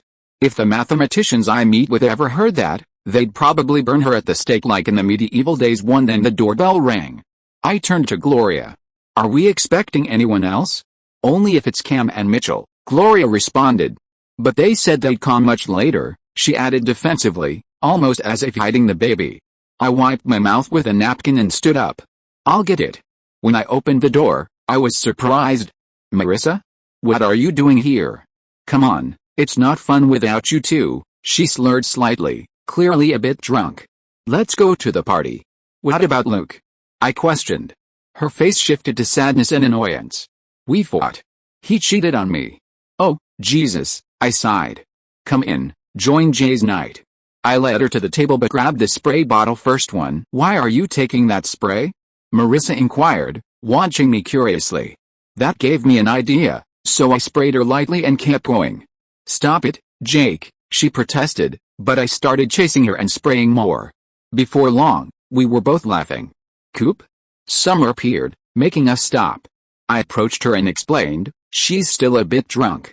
She saw Luke cheating on her. I pointed toward Marissa.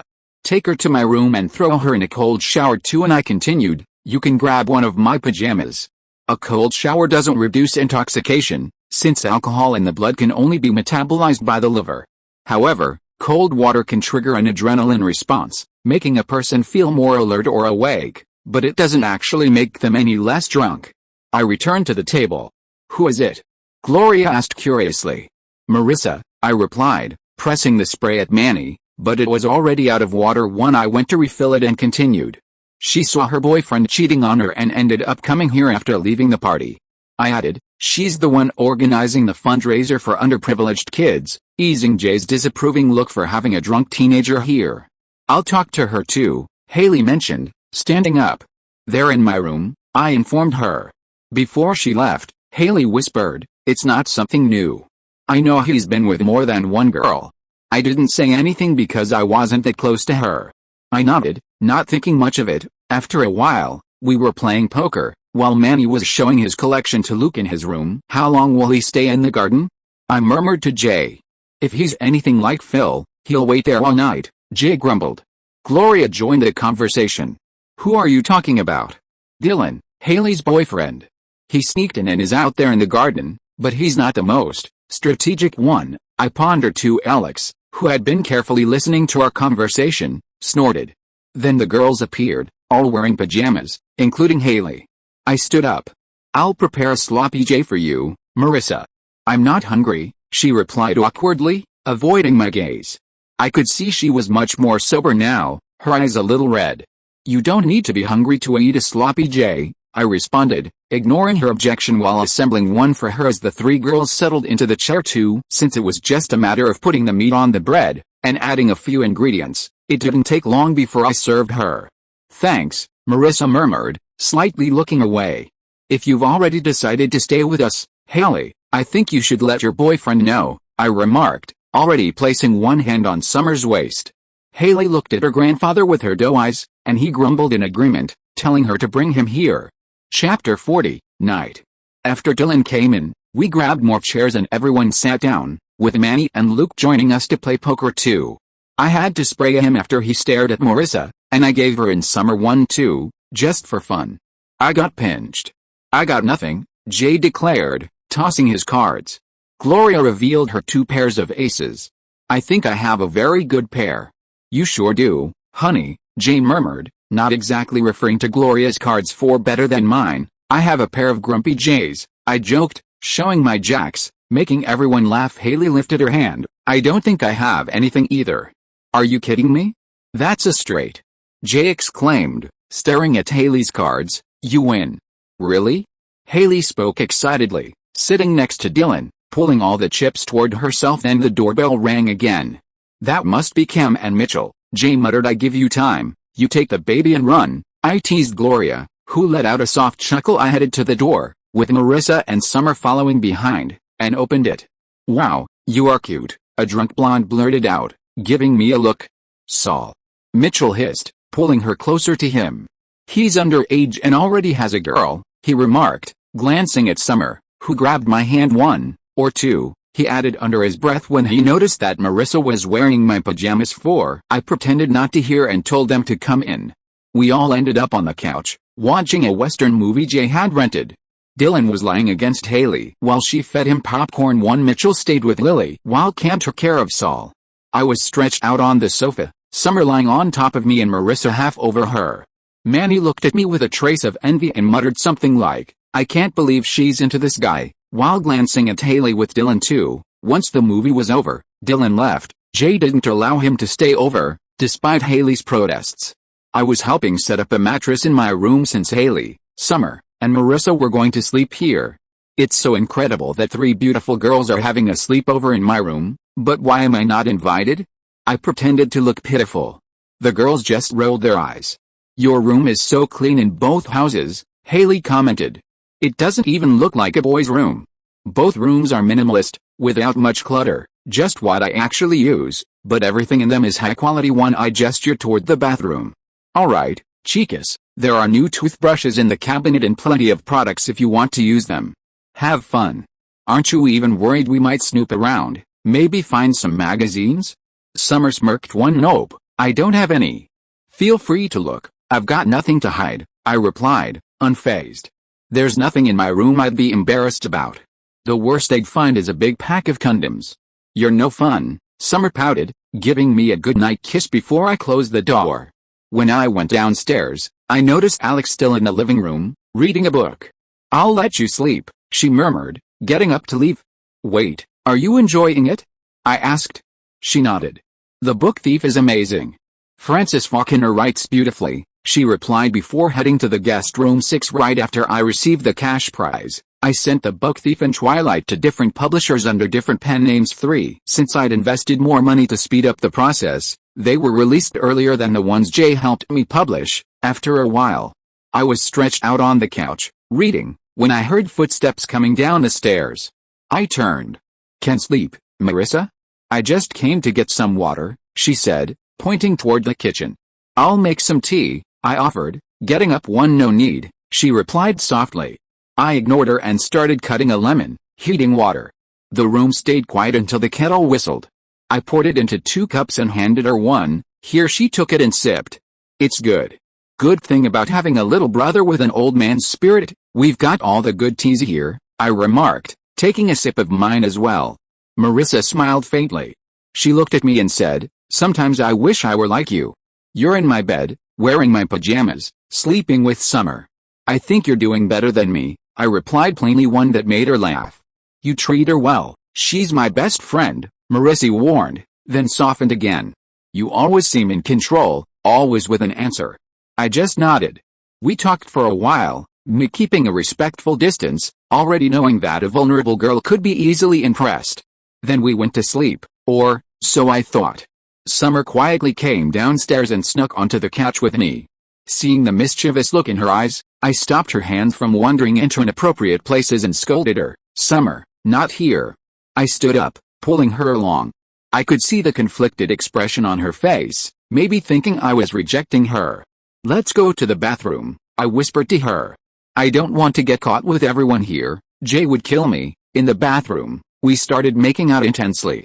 "Jake, I don't want our first time to be in a bathroom," Summer said, though her hands were roaming all over my body. "Okay," I agreed, "but that doesn't mean we can't move a base forward." I smirked at her. I turned her to face the mirror, one hand covering her mouth while the other slid under her shirt. It was incredibly alluring to see all the action reflected in the mirror. Summer's hands tangled in my hair, until one of them trailed down toward my bulge while the other guided mine, still on her chest, to slide lower. It took just one release for Summer to change her mind. But I held firm, we'd save the goal for a better field too. Chapter 41, Next day. After Summer and I relieved all the tension, I woke up completely refreshed, even though I hadn't slept much and had crashed on the couch. I went to grab some coffee in the kitchen. "Morning," I greeted, seeing Gloria, Jay, Manny, and Alex already sitting there. They all greeted me back. "Huh?" I exclaimed, noticing a few ingredients spread out on the table. I glanced at them suspiciously. "We thought you'd like to make the eggs today," Gloria explained with a smile. I made a thoughtful face. "I'm not sure if you guys know me well or if you just want eggs Benedict for breakfast," I mused, already getting to work. "Both," Manny confessed. As usual, he already had a large cup of coffee in his hands. A few minutes later, Marissa, Haley, and Summer came downstairs, with Summer humming softly. Gloria approached me with a fake smile. "Why is that girl singing for no reason?" she questioned. "Maybe she got inspired after seeing you sing to Lily last night," I replied, finishing one of the eggs. Gloria laughed ironically and slapped my arm. "Don't go all cheeky on me." Summer came closer. "Wow, you actually know how to cook?" she remarked, placing her hands on my arm. "Yep," I responded, kissing the top of her head. "Be a good girl and sit over there. I'll serve all of you." And I served the first plates to Jay, Gloria, Manny, and Alex, who were already seated. While I was preparing the next batch, 2 more people arrived, Claire and Phil, coming to pick up their kids. Phil approached me. "Sweet eggs Benedict," he exclaimed, patting my shoulder enthusiastically. "Get in line," I grinned at him. "How was your wedding anniversary?" I asked. "It was good, thanks." Claire went around greeting everyone, then slowly turned her head toward me, giving me a judging and scaring look after noticing how Marissa was dressed and how Summer was glowing. "Aunt Claire, have you ever thought about starring in a horror movie?" I teased while serving more plates. That made her expression change for a moment. After all, it was her favorite genre. "Yet, Mom doesn't even need to rehearse to look possessed," Haley joked, making everyone laugh. "Show some respect, Haley," I scolded her. "Your mom is scarier than any demon-possessed person." Gosh, she would ground the demon that dared to possess her. Everyone laughed even harder.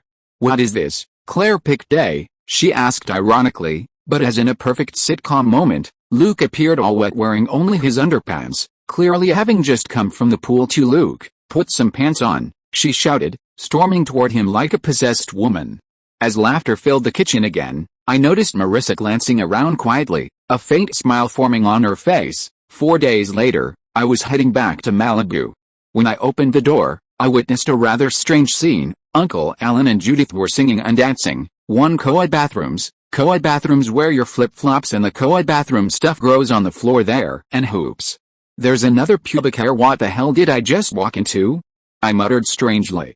Aren't you guys taking the name soap opera a bit too literally? The term actually came from that. Many of those early productions were sponsored by soap and cleaning product companies.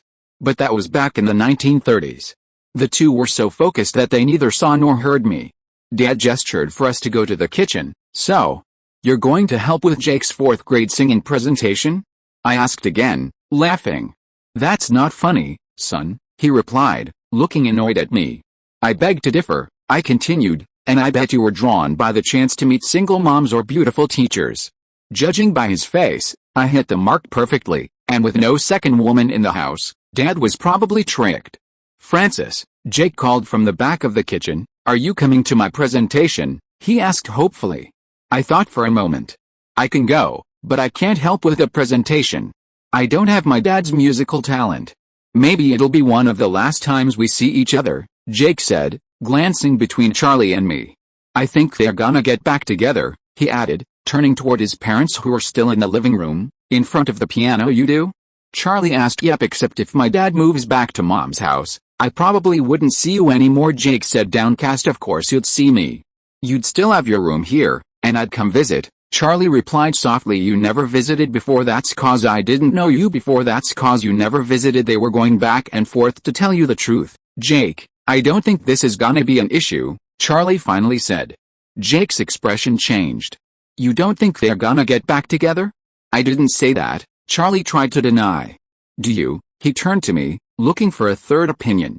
"I have no idea, buddy," I said, patting his shoulder. "Let the adults handle it. I'm 100% sure those two aren't getting back together. It's already a miracle they managed to stay married for 12 years. "I think they are," Jake stated. And once again, Alan and Judith started singing, this time dancing even more goofily. "Robert Fulton, Eli Whitney, all aboard for Henry Ford, and then, careful what you wish for, pal," Dad commented dryly as we witnessed a horror show that was their performance. If you are listening to this novel on a channel other than FanFic World, it means it was downloaded and re-uploaded without effort. We warmly invite you to visit our channel, FanFic World. There you will find the original version of this story and many other novels of various genres. We look forward to seeing you dive into a world of incredible novels. Chapter 42, Kids. Jake went back home with his mom. I was reading on the deck when Berta showed up. "Hi, Berta," I greeted her. "Hello, Francis. Your dad's been singing about manpower, horsepower, coal, and steam. What kind of depravity did he find this time?" she asked deadpan. I put the book aside. Not his fault this time. Uncle Alan was hoping that the three of them, including Judith, working together on Jake's 4th grade tribute to the Industrial Revolution, would help him get back with his allegedly gay ex-wife. Berta scoffed. "You somehow managed to suck the intelligence out of 2 generations, didn't you?" she added dryly. I laughed, and we both went into the kitchen. "Hey, Francis," Alan finally noticed I was home. I gave him a nod. "Hello, Uncle Alan. I heard you got into a fight at school on Monday," Alan mentioned while sorting through a stack of mail that had just arrived. "It was nothing, just a regular high school fight," I dismissed. Charlie smirked. "The important thing is that my son won." "Look, not even a mark to tell the story," he said, gesturing toward my face. "Now you need to tell the whole story," Berta urged, already sitting down, ready for the gossip. "I just told my friend's ex-boyfriend to stay away from her. He didn't like it and was about to start something, so I struck first, and the rest of his group came after me. Turns out my group was bigger, basically 5 against 1, I barely had to move," I explained. "Those who have money just need to know how to use it. Those who have money and power only need to decide how hard to crush 3. My group and I got a warning, while the others were expelled," I concluded. It was pretty clear the school was favoring me. The ones who got beaten up were the ones who got expelled. How can that be fair? Alan gave me a puzzled look but paused for a moment before exclaiming, "Oh, God, as he read one of the letters. What? I asked. It's from Judith's lawyers, Alan revealed. Really? Good news? Charlie inquired. No, it's not good news. Judith filed for divorce, Alan snapped. I can't believe she blindsided me like this, being all nice and friendly to my face while her lawyers were working behind my back, he grumbled. Berta and I quietly slipped away. It was already good enough that we didn't say anything ironic to Alan. Charlie and Alan went to Jake's rehearsal while I headed to my usual Thursday activity. Here we are, the place I come to every Thursday, I said, introducing the group home I volunteered at in West LA. In expensive neighborhoods like Brentwood, Pacific Palisades, and Malibu, you rarely find one due to the high costs. Is this an orphanage? Marissa asked in surprise. Group home, I corrected softly. Since the Child Welfare Reform Act of 1997, we don't use the term orphanage anymore. I'm dating Mary Poppins? Summer muttered. 6. I rang the doorbell, and it opened almost immediately. Kids, step aside, the woman at the door called out. As soon as I walked in, a wave of 14 children between 6 and 9 years old swarmed me. Jake. Brother Jake. Uncle Jake, echoed through the room. To halt. I commanded, making them stop for a second. I chuckled lightly. Every time, it's the same thing, I teased them gently. Ellie, I called the oldest, a 9-year-old girl. I brought ice cream, I said, handing her the bag. Go grab the cups, please. The kids started getting excited again. If I see any of you fighting over ice cream, you won't get the second surprise I brought for you, I warned, earning a collective nod before they all rushed toward the kitchen. 3. Then I turned to the woman who took care of all of them. Sister Agnes, I brought my friends. You already know Haley, these are Summer and Marissa too. After they greeted her, Sister Agnes turned back to me. What was that fight you got into?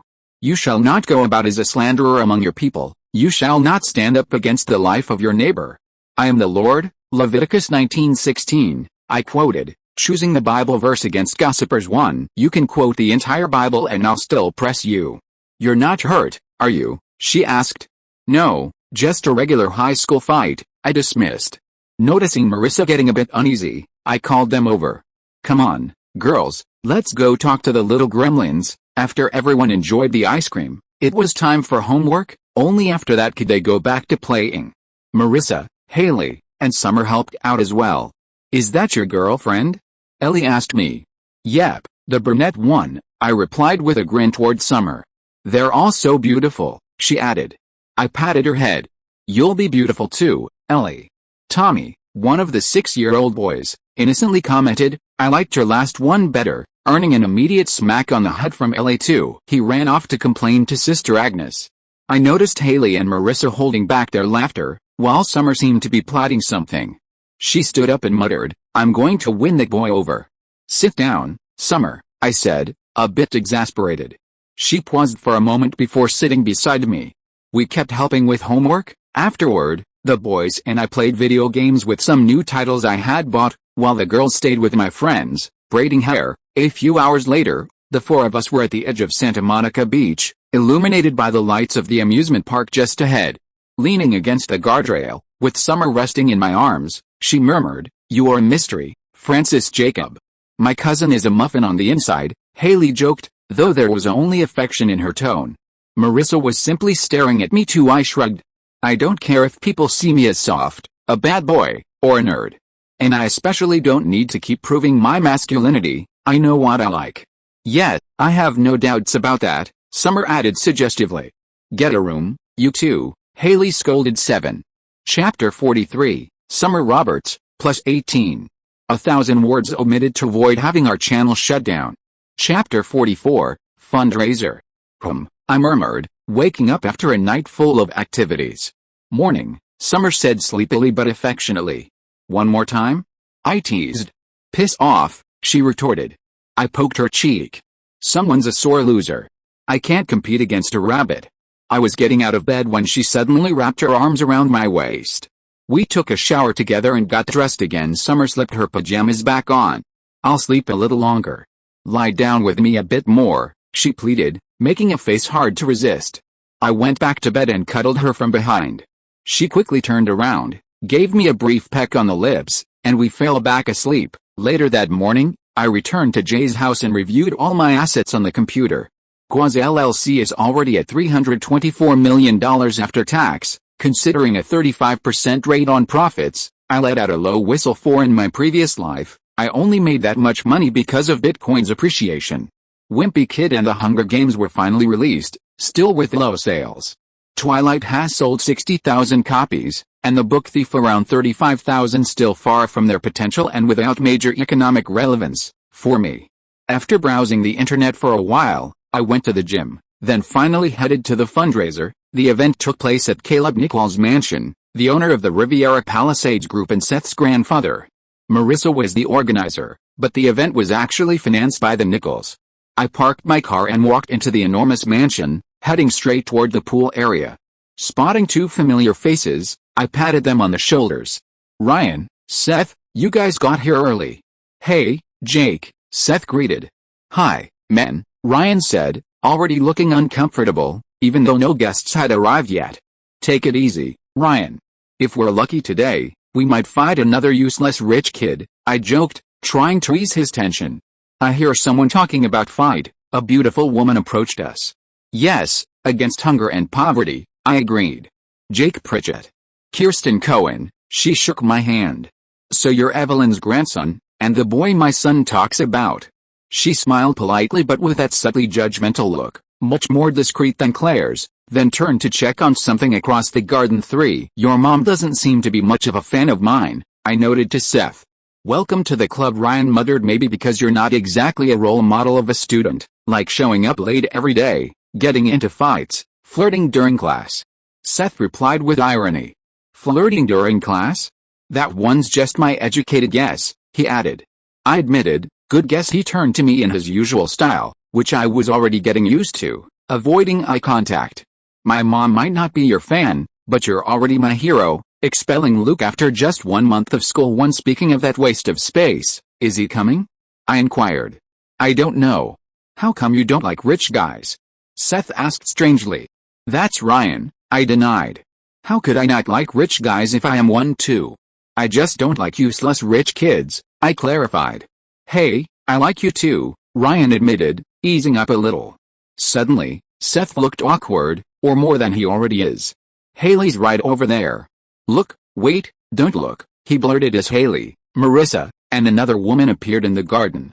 "Is that Haley?" A middle-aged man patted Seth on the shoulder, pointing at her without any discretion. "It is. Jake Pritchett," I introduced myself. "You must be Mr. Cohen." He nodded, and I shook his hand. "Now, excuse me, guys, but I'd rather talk to the beautiful ladies," I smirked, heading toward them as they waved at me. "Whoa, look at you two, you look fantastic," I complimented, admiring how stunning Marissa and Haley looked in their elegant dresses. I gave a polite nod to the lady beside them. Marissa smiled at me. "You look handsome too, Jake," she said before glancing away and taking a sip of the drink in her hand. Haley stepped closer, straightened my tie, and gave me a quick look from head to toe. "You're not bad either, cousin. Abrioni, Super 180 wool," the lady gave me an analytical once-over, lightly adjusting my suit lapel. "And it's bespoke. 20,000 for one of these, Haley," she remarked sternly, as if giving a lesson. "One Charvet shirt, well matched, and Berluti shoes, nicely coordinated, not just looking like you bought the most expensive things on the store." She finished her assessment. "Did I walk into the wrong party? Are you selling me?" I whispered to Marissa, who just shook her head, amused. "Wow, your dad really spoils you," Haley commented. "And this is Margaret, Jake." I was finally introduced to the woman. "She's the one choosing the dresses everyone will model, and she let me help with everything," she added excitedly. It was good to see my cousin genuinely interested in something. I made a mental note to get Margaret's contact later and see if she could continue giving lessons to Haley. Margaret and Haley went back to the dressing area, leaving Marissa and me alone.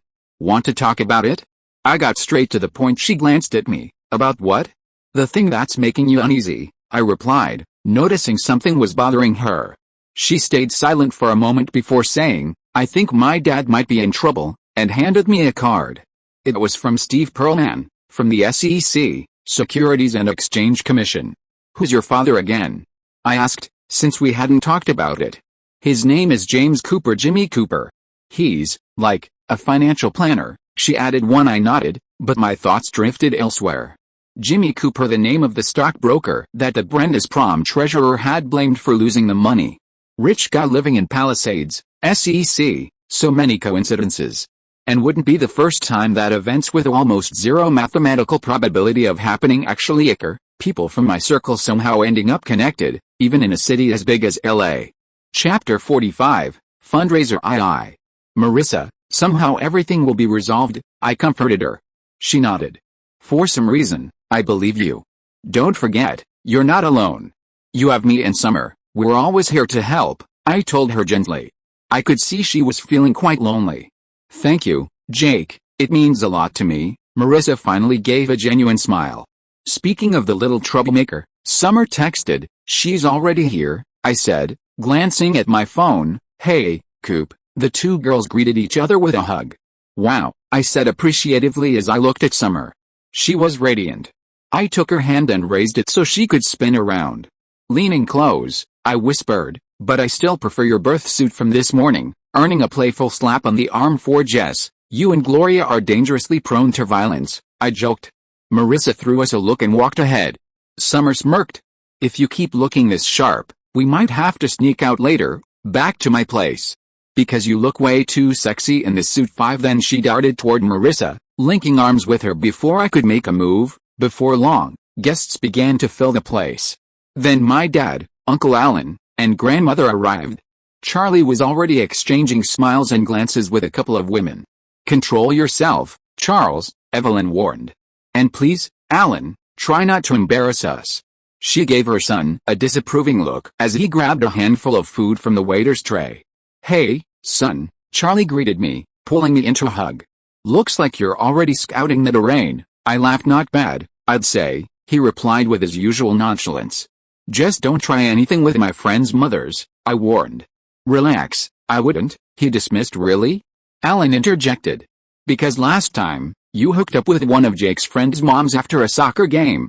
At least this time he was not wearing a suit and discovering a long-lost son, I added dryly, making all of us chuckle. So, Francis, where's your girlfriend?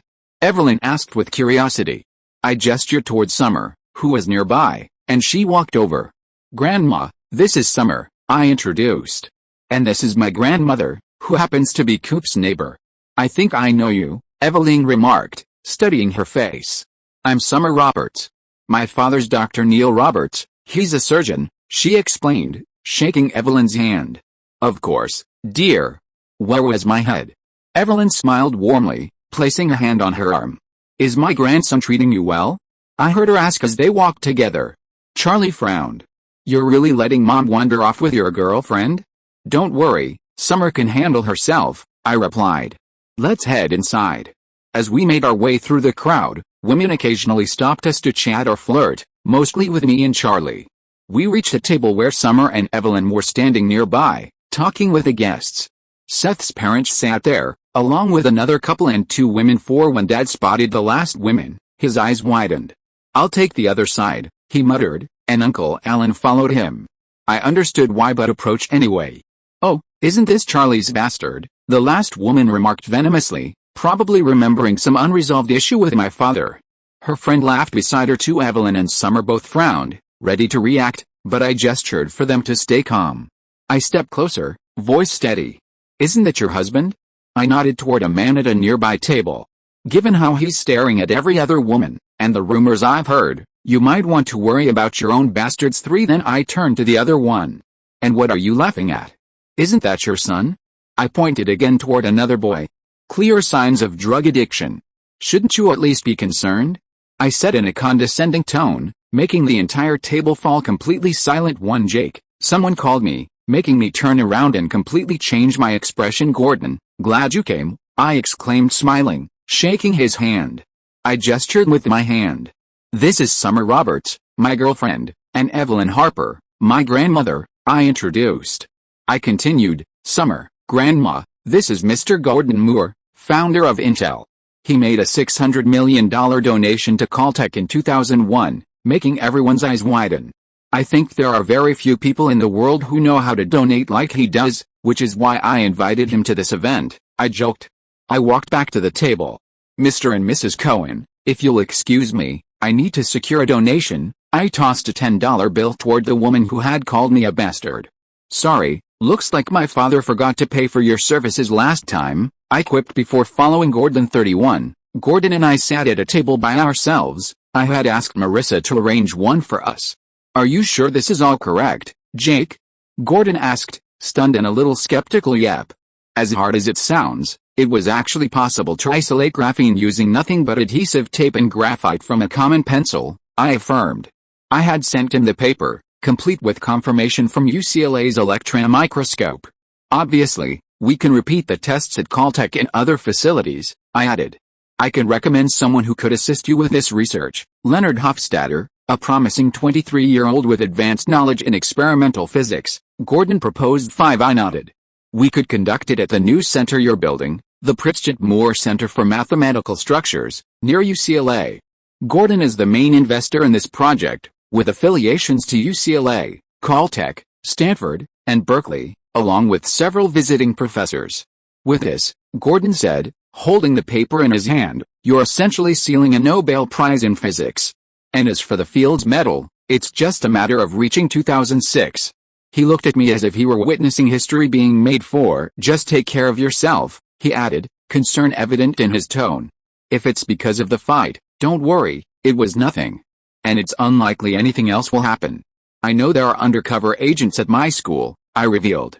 I'm basically considered a scientific national asset, level 1, especially after helping both the NSA and a DARPA Project 15. Author's note, I will write about the involvement in DARPA and the NSA in the future. One Happy New Year Party Popper. 6. Chapter 46, The OC. Gordon and I chatted a bit more about a few things until Marissa arrived. She placed a hand on my shoulder. Hey, Jake, we're about to start. Maybe you'd like to sit closer to get a better view, she smiled. There's a seat near my parents, she pointed, and of course, it was exactly where the two women I had roasted earlier were sitting. Jake, I have another commitment. We'll talk more another day, Gordon mentioned, handing me a check. Appreciate you coming, Gordon, I replied, shaking his hand firmly. Who is he? Marissa asked curiously. The one I told you I'd invite if you brought Haley to help as well, I explained, glancing at the $5 million check Gordon had left. So, congratulations, cooperative. You're one of the people responsible for raising this money for the underprivileged kids, I grinned. How much is it? She asked, still puzzled. $5 million, I answered casually. Marissa's eyes widened. What? Told you, he's a good guy to invite. I smirked and headed toward the table where my grandmother was seated. Alan and Charlie occupied the far end. There he is, my grandson, Grandma said proudly, motioning for me to sit beside her. We haven't met properly. A woman rose and extended her hand. Julie Cooper, Marissa's mother. And this is Jimmy, her father. 7. I shook their hands. Jake Pritchett. Harper. You put on quite a show, Julie smirked. I've never seen Karen so angry. He really did. Evelyn smiled too, but with a look that said this was far from over. It seemed like Karen didn't have issues only with my dad. I ignored the topic and turned to Kristen, who managed the donations. Here's Gordon's contribution. He expects full transparency with the expenses, I informed, handing her the check. How much is it, dear? Grandma inquired, curious. $5 million. $5 million. Alan blurted out loud, then quickly apologized. Sorry. He's a billionaire, Uncle Alan, I remarked, unfazed. Marissa took the microphone. Thank you all so much for coming. Every year, we organize a fashion show to raise money for underprivileged kids. It's such a good cause, you guys. She continued, and we couldn't do any of it without your support, the support of Fashion Island, all the great stores, and the Riviera Palisades group. Then all around the world bicolor kids started playing Hey, Girl Zippers and Your Pearls. When I walked through the door I am a debutante. The first to walk the runway was Summer. When she saw me, she winked and blew me a kiss before turning and strutting back. Hey, big dog, you really got a good one. Charlie patted my chest proudly. Finally one Harper that won't disappoint me, Evelyn whispered. Hard not to earn Grandma's approval. Summer was stunning and came from a wealthy family. After a few more girls, it was Marissa's turn. She's so beautiful, you guys, Kirsten said, glancing at Jimmy and Julie Coop, I think you spent more on that dress than I make in a year, Sandy Cohen commented to Jimmy. That's why we trust him with our money, another man at the table chimed in with a grin. I expect to die a very rich man, Jimmy. Kristen leaned toward Jimmy. You okay, Jimmy, noticing his pale face one up. Yeah, it's a little stuffy in here, he muttered, looking flustered. Honey, I'm going to get some fresh air, okay, he told Julie before heading out. On stage, Marissa continued her walk down the runway. When she spotted me, she smiled directly at me. Marissa wanted to wear these Prada Mary Janes. But I told her she had to wear the stiletto Manolis, her mother remarked at the table. Marissa has it hard. I'm pretty sure Jimmy's a fraud, and her mom seems like a shallow person. 3. After the event, Claire came to pick up Haley. She was so exhausted from all the preparations that she didn't even complain about missing Holly's party. Marissa also said she was tired and decided to leave with her parents. Are you sure you don't want to come to the party with us? Seth asked. That's really strange coming from you, Seth, I looked at him. Yeah, he agreed that'll be good for you. Taylor, Ryan's girlfriend, chimed in, trying to keep Seth from changing his mind. Ryan stayed silent, just watching Seven. She might be right. But for me, I have better things to do, I replied, and Summer appeared, grabbing my hand. Oh, Seth muttered, then, finally realizing. I'd do it too, he admitted. EWW. Summer, already a little tipsy, exclaimed. Not with you, he shot back, but I would, he tried to gesture. Okay, don't say anything else, she's my cousin, I interrupted before he could blurt out something very awkward. Ryan pulled him toward the car. Take care, guys, I waved and guided Summer toward my car. Wow, you were even more eager this time, I murmured, kissing Summer. We were both naked beneath her sheets. The way you handled those bitches turned me on, plus your suit, she confessed with a grin. Summer, I don't want to ruin the mood, but I think we should talk, I said, my tone shifting slightly. About what? You know what? We're both smart. I'm obviously not oblivious to some signs, I reasoned. She sighed. Marissa has been my best friend since first grade, Summer murmured. We've never liked the same guy at the same time. She's vulnerable and lonely because of Luke and her family, I noted. She's been a magnet for drama since forever. Then you show up, it's like she lives in a drama show and you're straight out of a sitcom, Summer exclaimed. 7. You're like her prince, stable, dependable, and from the kind of family she's always wanted. One where the family problems can be solved by jumping into the pool, she added, laughing with a touch of disbelief. And to top it all off, all your other qualities, Summer concluded. So what do we do? I asked. I can't ask you to stay away from her. You're the friend she needs the most. I've never seen her so happy and light as when she's with you, Summer said, placing a hand on her face. I'm not a cheater, Summer. But I don't do teenage drama either. If things ever get unbearable, I'll just walk away, I warned. Then I teased, well, there's always the threesome option 8 in your dreams, Pritchett, Summer laughed, hitting me with a pillow. Yep, that'll be tonight's dream, I teased again. I'll kick you out of my bed, she threatened, but we ended up kissing anyway. Chapter 47, On Guard. 2 weeks after the fundraiser event, it was already November, and the family gathered for Manny's fencing competition. One bravo, Manny. Gloria cheered while clapping her hands. Bravo. As the referee blew the whistle, Manny, dressed in a white fencing outfit and helmet, dashed forward with his foil, parrying every attack before striking his opponent on the shoulder. A sharp beep echoed through the room, confirming his victory. Bravo. Bravo.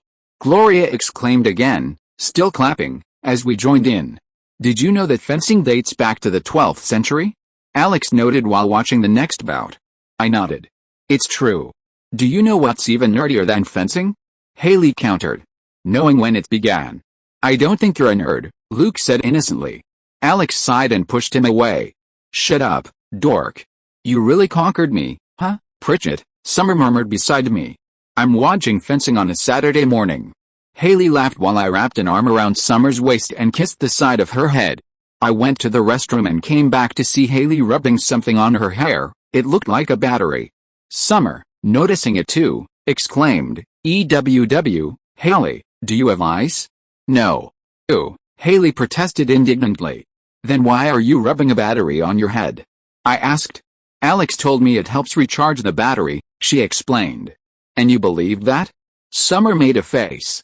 Alex. Haley snapped, as Alex burst out laughing. The prank was obvious now. Ugh, you're such a brat. Haley started complaining, but I stepped in. Sit down next to Summer, I told Haley, already positioning myself between her and Alex. At least I don't have a bald spot in my hair. Alex shouted back, making Haley widen her eyes and scream, Mom! Haley, stop being such an easy target, I said, gently pulling her hand away from her hair. Bravo! Gloria cheered for the umpteenth time. Taking off his helmet, Manny turned to look at us and ran over, giving each of us a high five. How about a nice round of applause for our winner, Manny Delgado, the referee remarked, gesturing toward Manny, who had returned to the center. We began cheering for him. Manny now moves on to the championship, where he'll be competing against John Markham. We'll be back in 2 hours, at 11:45, the referee finally announced. We went back home for a quick stop since there were only 2 hours before the next match. Manny rested on the couch. Summer went back to her house and would return for the final with Marissa. I told them to pack clothes for 2 days in the car because I had reserved a great place for us to go afterward, and I still hadn't told my whole family about it. So, Gloria, have you and Jay already packed your clothes in the car? I checked. See, only Manny hasn't, Gloria replied. I'll tell him after the match. I managed to get this vineyard reservation today, last minute, I mentioned. I already had another one for December, but since another opportunity came up, I decided we'd go today as well. Our little Zorro will win, that'll be my present. I grinned. Gloria beamed. It's in his blood. His father was a master swordsman. He was an artist with his sword. I frowned. I hoped she was talking about fencing too. Then Jay appeared with a cardboard box, opened it, and revealed a white t-shirt with the phrase, Hoodla Manny. I read out loud, laughing, and immediately told him to throw one to me. I love it when you're so proud of Manny, Gloria said, her eyes gleaming with joy. You know, I'm not gonna lie, seeing him out there slicing those kids to pieces, it gets to you, Jay admitted with rare pride, earning a warm hug from Gloria. Okay, lovebirds, you can save it for the vineyard, I cut in. Manny, let's go, I called him to ride in my car. Once again, we were all gathered to watch Manny in the final. Where are we going? Marissa wondered curiously. She was also wearing a Hoodla Manny t-shirt. Jay always makes extras. I cheered for Manny then replied, it's a surprise, but I think everyone will love it. Where are you going? Haley overheard us talking and jumped into the conversation, asking almost the same question. It's a place I reserved for the whole family for today and tomorrow, I revealed. Hope everyone can come. Can I bring Dylan? Haley asked, already sounding like she'd decided to go. You need to ask your mom, not me. I'm fine with him coming, there's room for one more, I replied, already knowing what Claire's answer would be. He didn't even tell me where it is. Summer pouted lightly. Wanna bet everyone's gonna love it? I challenged. Deal, she agreed, shaking my hand, already knowing someone in my family would find a reason to complain. We turned our attention back to Manny, and as usual, we knew when he landed a hit thanks to Gloria's loud cheering. Finally, he scored another point, becoming the champion. We all cheered in unison. We were all outside, Manny wearing a wide grin and holding a huge trophy too. Okay, everyone, I have an announcement, I called everyone's attention. To celebrate Manny's victory, I reserved the Malibu Rocky Oaks Estate Vineyards for today and tomorrow. It's basically a vineyard in Malibu, less than an hour and a half away. It's a beautiful place, I explained, since no one had heard of it. It had only been built a few months ago and was extremely exclusive and expensive. Come on, Jake paid for everything out of his own pocket, Gloria encouraged. We'll go, Phil said excitedly, while Claire looked thoughtful but remained silent. Cam let out a delighted shout. It's a family trip. Are you sure it's okay for me to go? Marissa asked a little shyly. Of course, I replied promptly. I'm already counting on using your Jeep Grand Cherokee, since mine would struggle to get there. Okay, she murmured with a mix of emotions in her face. 7. Chapter 48, Malibu Rocky Oaks Estate Vineyards. We left Brentwood around 3 p.m. 4 cars in total. The road started smooth, until the last few kilometers decided to test our suspension.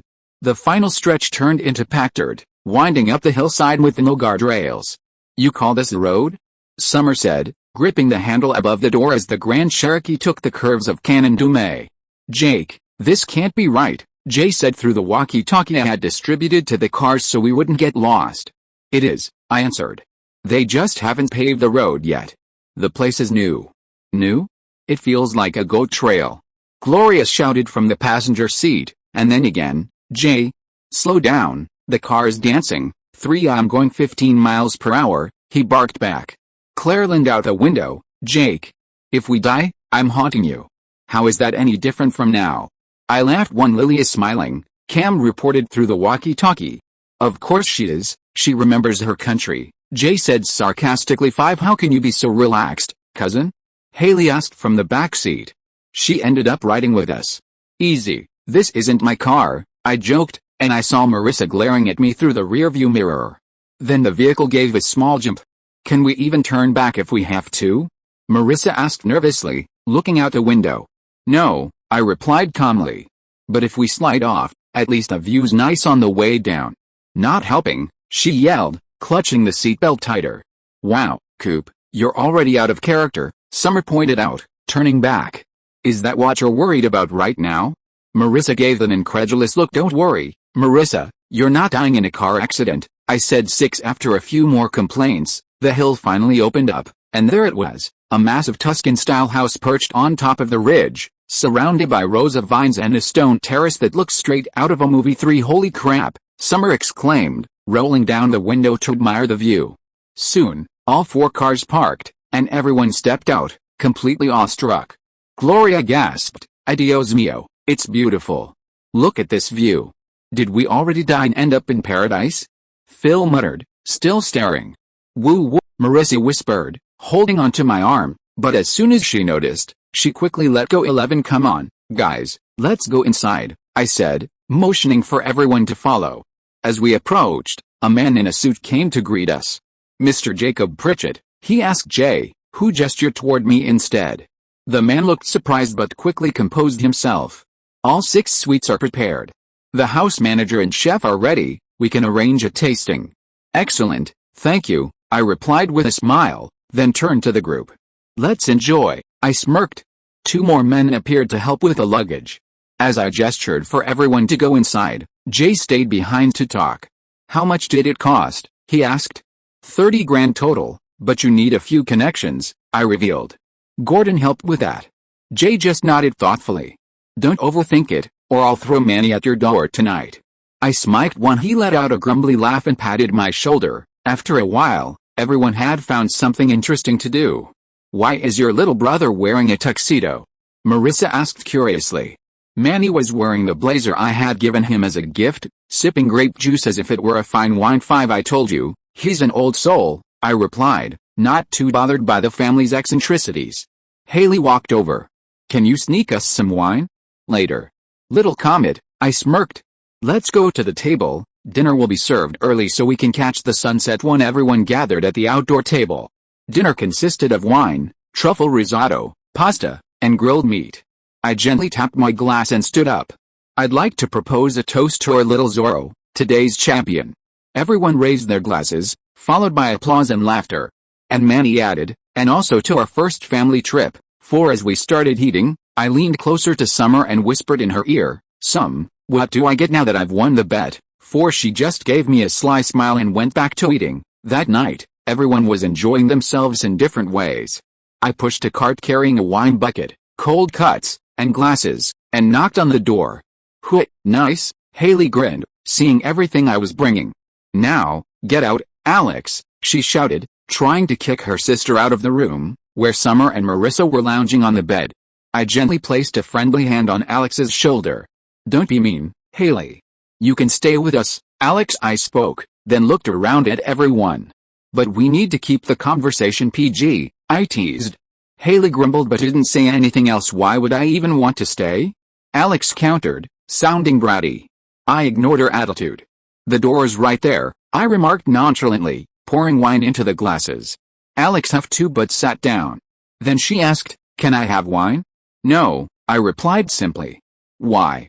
You're too young, not mature enough, and your mother would kill me, I answered. So, I'm less mature than those 3, she continued with her snappy attitude. You have a point, but the others 2 are still right, I conceded. Haley immediately gasped in outrage. Excuse me, she snapped, crossing her arms. You're saying she's more mature than us? Summer narrowed her eyes at me. I gave her a quick kiss. A mature person doesn't go around fighting or competing with kids. Then I turned toward Marissa. Right, Marissa? I said, handing her a glass, partly to include her, but mostly to use her as my alibi. Hey, you called me immature too, and now you want my help? Marissa asked deadpan. For free wine, I offered, showing the bottle. She rolled her eyes, pausing for a beat before a small smile tugged at her lips. If you are listening to this novel on a channel other than FanFic World, it means it was downloaded and re-uploaded without effort. We warmly invite you to visit our channel, FanFic World. There you will find the original version of this story and many other novels of various genres. We look forward to seeing you dive into a world of incredible novels. Chapter 49, Talk in the Room. You called us immature and her a kid. Why don't we kick you out? Summer shot me a challenging look. You know why, I smirked. She rolled her eyes. You're so annoying. Why do I even like you? Sit over there, Haley interrupted, pointing at the far end of the couch. We don't want to see you two flirting while we poor girls are lonely here. Your own fault for not convincing your mom, I replied, but I went to sit next to Alex. I could see her staring at all of us drinking. Here, just take a small sip, I offered my glass, only to satisfy her curiosity. I wouldn't actually let her drink. She eagerly grabbed the glass and took a tiny sip. Ugh, she exclaimed immediately. It's bitter. It tastes like spoiled grape juice. Why do you even drink this? That made everyone burst into laughter. Ask your mom tomorrow, I replied. She has more experience with that too. Let's play Never Have I Ever, Summer suggested. I explained the rules to Alex since she didn't seem familiar. You either ask have you ever, or say never have I ever. Those who have done it take a drink. Or in your case, grape juice and a piece of cheese. Like, have you ever drunk wine? I started, and we all took a sip for that one. Never have I ever gotten less than an A, Alex continued, already understanding the game. You are such a nerd, Haley groaned and drank with everyone. I drank too, since old Francis had definitely gotten bad grades before. Marissa went next. Have you ever cried to get out of trouble? This time, I was the only one who didn't move. What? I exclaimed as everyone looked at me. I've never done that. Then it was Haley's turn. Never have I ever smoked, she declared, making me, Marissa, and Summer drink. Oh my God. Alex exclaimed in an astonished, condemnatory tone after seeing us admit we had smoked. Have you ever said you were fine when you actually weren't? Summer asked next. As everyone drank, I muttered, Marissa should drink twice for that one. She shot me a look but took another sip anyway. Never have I ever kissed a boy, I teased, making Summer roll her eyes. Alex didn't sip her juice either, and Haley noticed. Oh my God. Alex, she started, but I cut her off. Haley, I warned. Never have I ever used being pretty as an argument, Alex said, looking directly at Haley. Okay, you two, if you start bickering, I'll kick both of you out, I warned again, making them stop, then added, and you three can drink, earning a flying pillow from Marissa. We played a few more rounds until we switched to another game. Summer looked at Haley. Would you rather kiss Jake or Ryan? She hesitated. You mean like my cousin or my boyfriend's friend? Or, if they weren't hypothetically either of those? The first one, Summer decided. Tough one. Do I need to choose one? Haley whined. I'd go with Jake. I wouldn't kiss my friend's boyfriend, my cousin replied. 2-0, Alex was next. Would you rather kiss Haley or Marissa? Little girl, you just had to go there. Do I need to choose one? I repeated Haley's question. Because I'd kiss both. I declared. 5. Summer came over and playfully slapped my arm. Jackass, which made everyone laugh. 1. This time it was Haley asking Marissa, would you rather trip in front of your crush or accidentally call him dad? 2. She covered her face. Why would you even? Okay, trip. Definitely trip. That's still better than your track record, Coop, Summer joked. Summer. Marissa snapped, but she was already laughing. We kept playing for quite a while. Though we held back a bit since Alex was around, which didn't stop the girls from getting drunk anyway. I said goodnight and went to my room. But in the middle of the night, someone sneaked under my covers.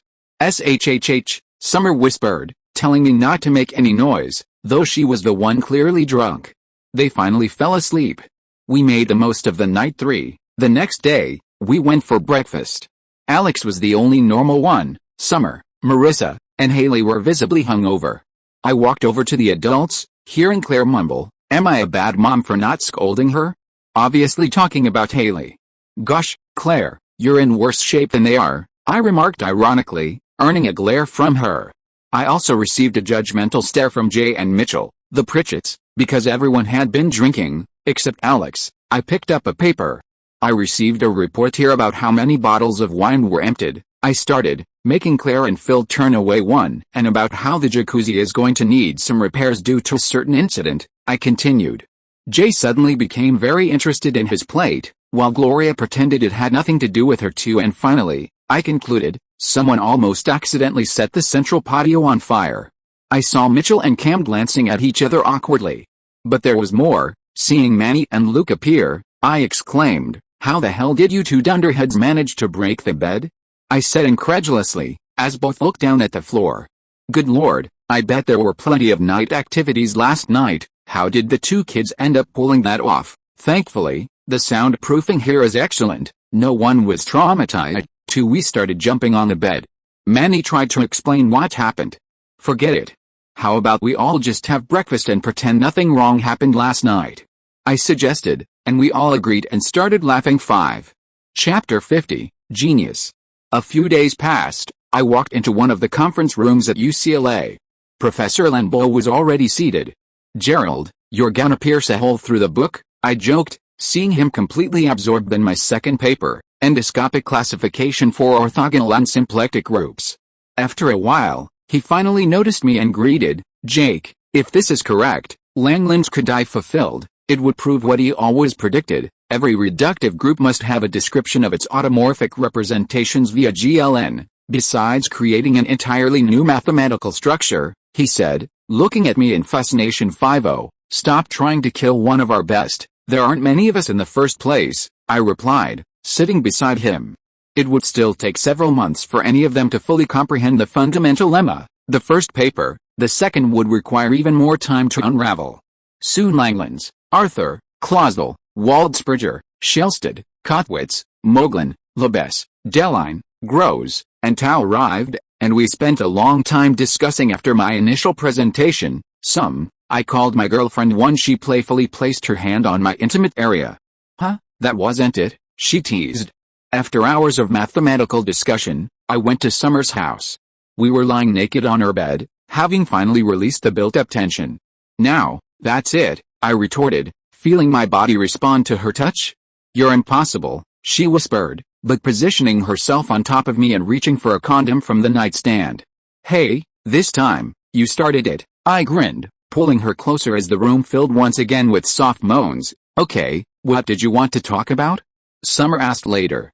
She was already in her pajamas, fresh from the shower we'd taken after our little moment. "It wasn't really a secret," I began, "more like, you never asked." "Cut the crap," she muttered, pressing her body lightly against mine as I leaned back against the headboard. "That's not like you." "I'm a genius, Summer," I confessed. She tilted her head, puzzled. "I know you're very smart, especially after that time you helped me study. But what do you mean by genius?" "I mean, like Einstein level." "Einstein," she said, her expression growing even more confused. "Yep, your boyfriend happens to be one of the brightest minds of our time, perhaps," I added normally, "one of the brightest in the entire history of humanity. The fundamental lemma, graphene, and endoscopic classification have already cemented my reputation in history, even without me releasing what I actually solved, which is far more impressive." Once she burst out laughing. "What?" she exclaimed, spreading her arms, still making a face at me. But her expression slowly changed. "You're not joking, are you?" she asked, looking even more incredulous. I shook my head. "That makes no sense. If you're that intelligent, what are you doing in high school?" "I was promised beautiful girls and fun," I joked, then added thoughtfully, "though I didn't really enjoy the first part as much." Summer smacked my arm. "Jerk. This morning I was actually presenting a new mathematical structure to some of the greatest minds alive," I continued casually.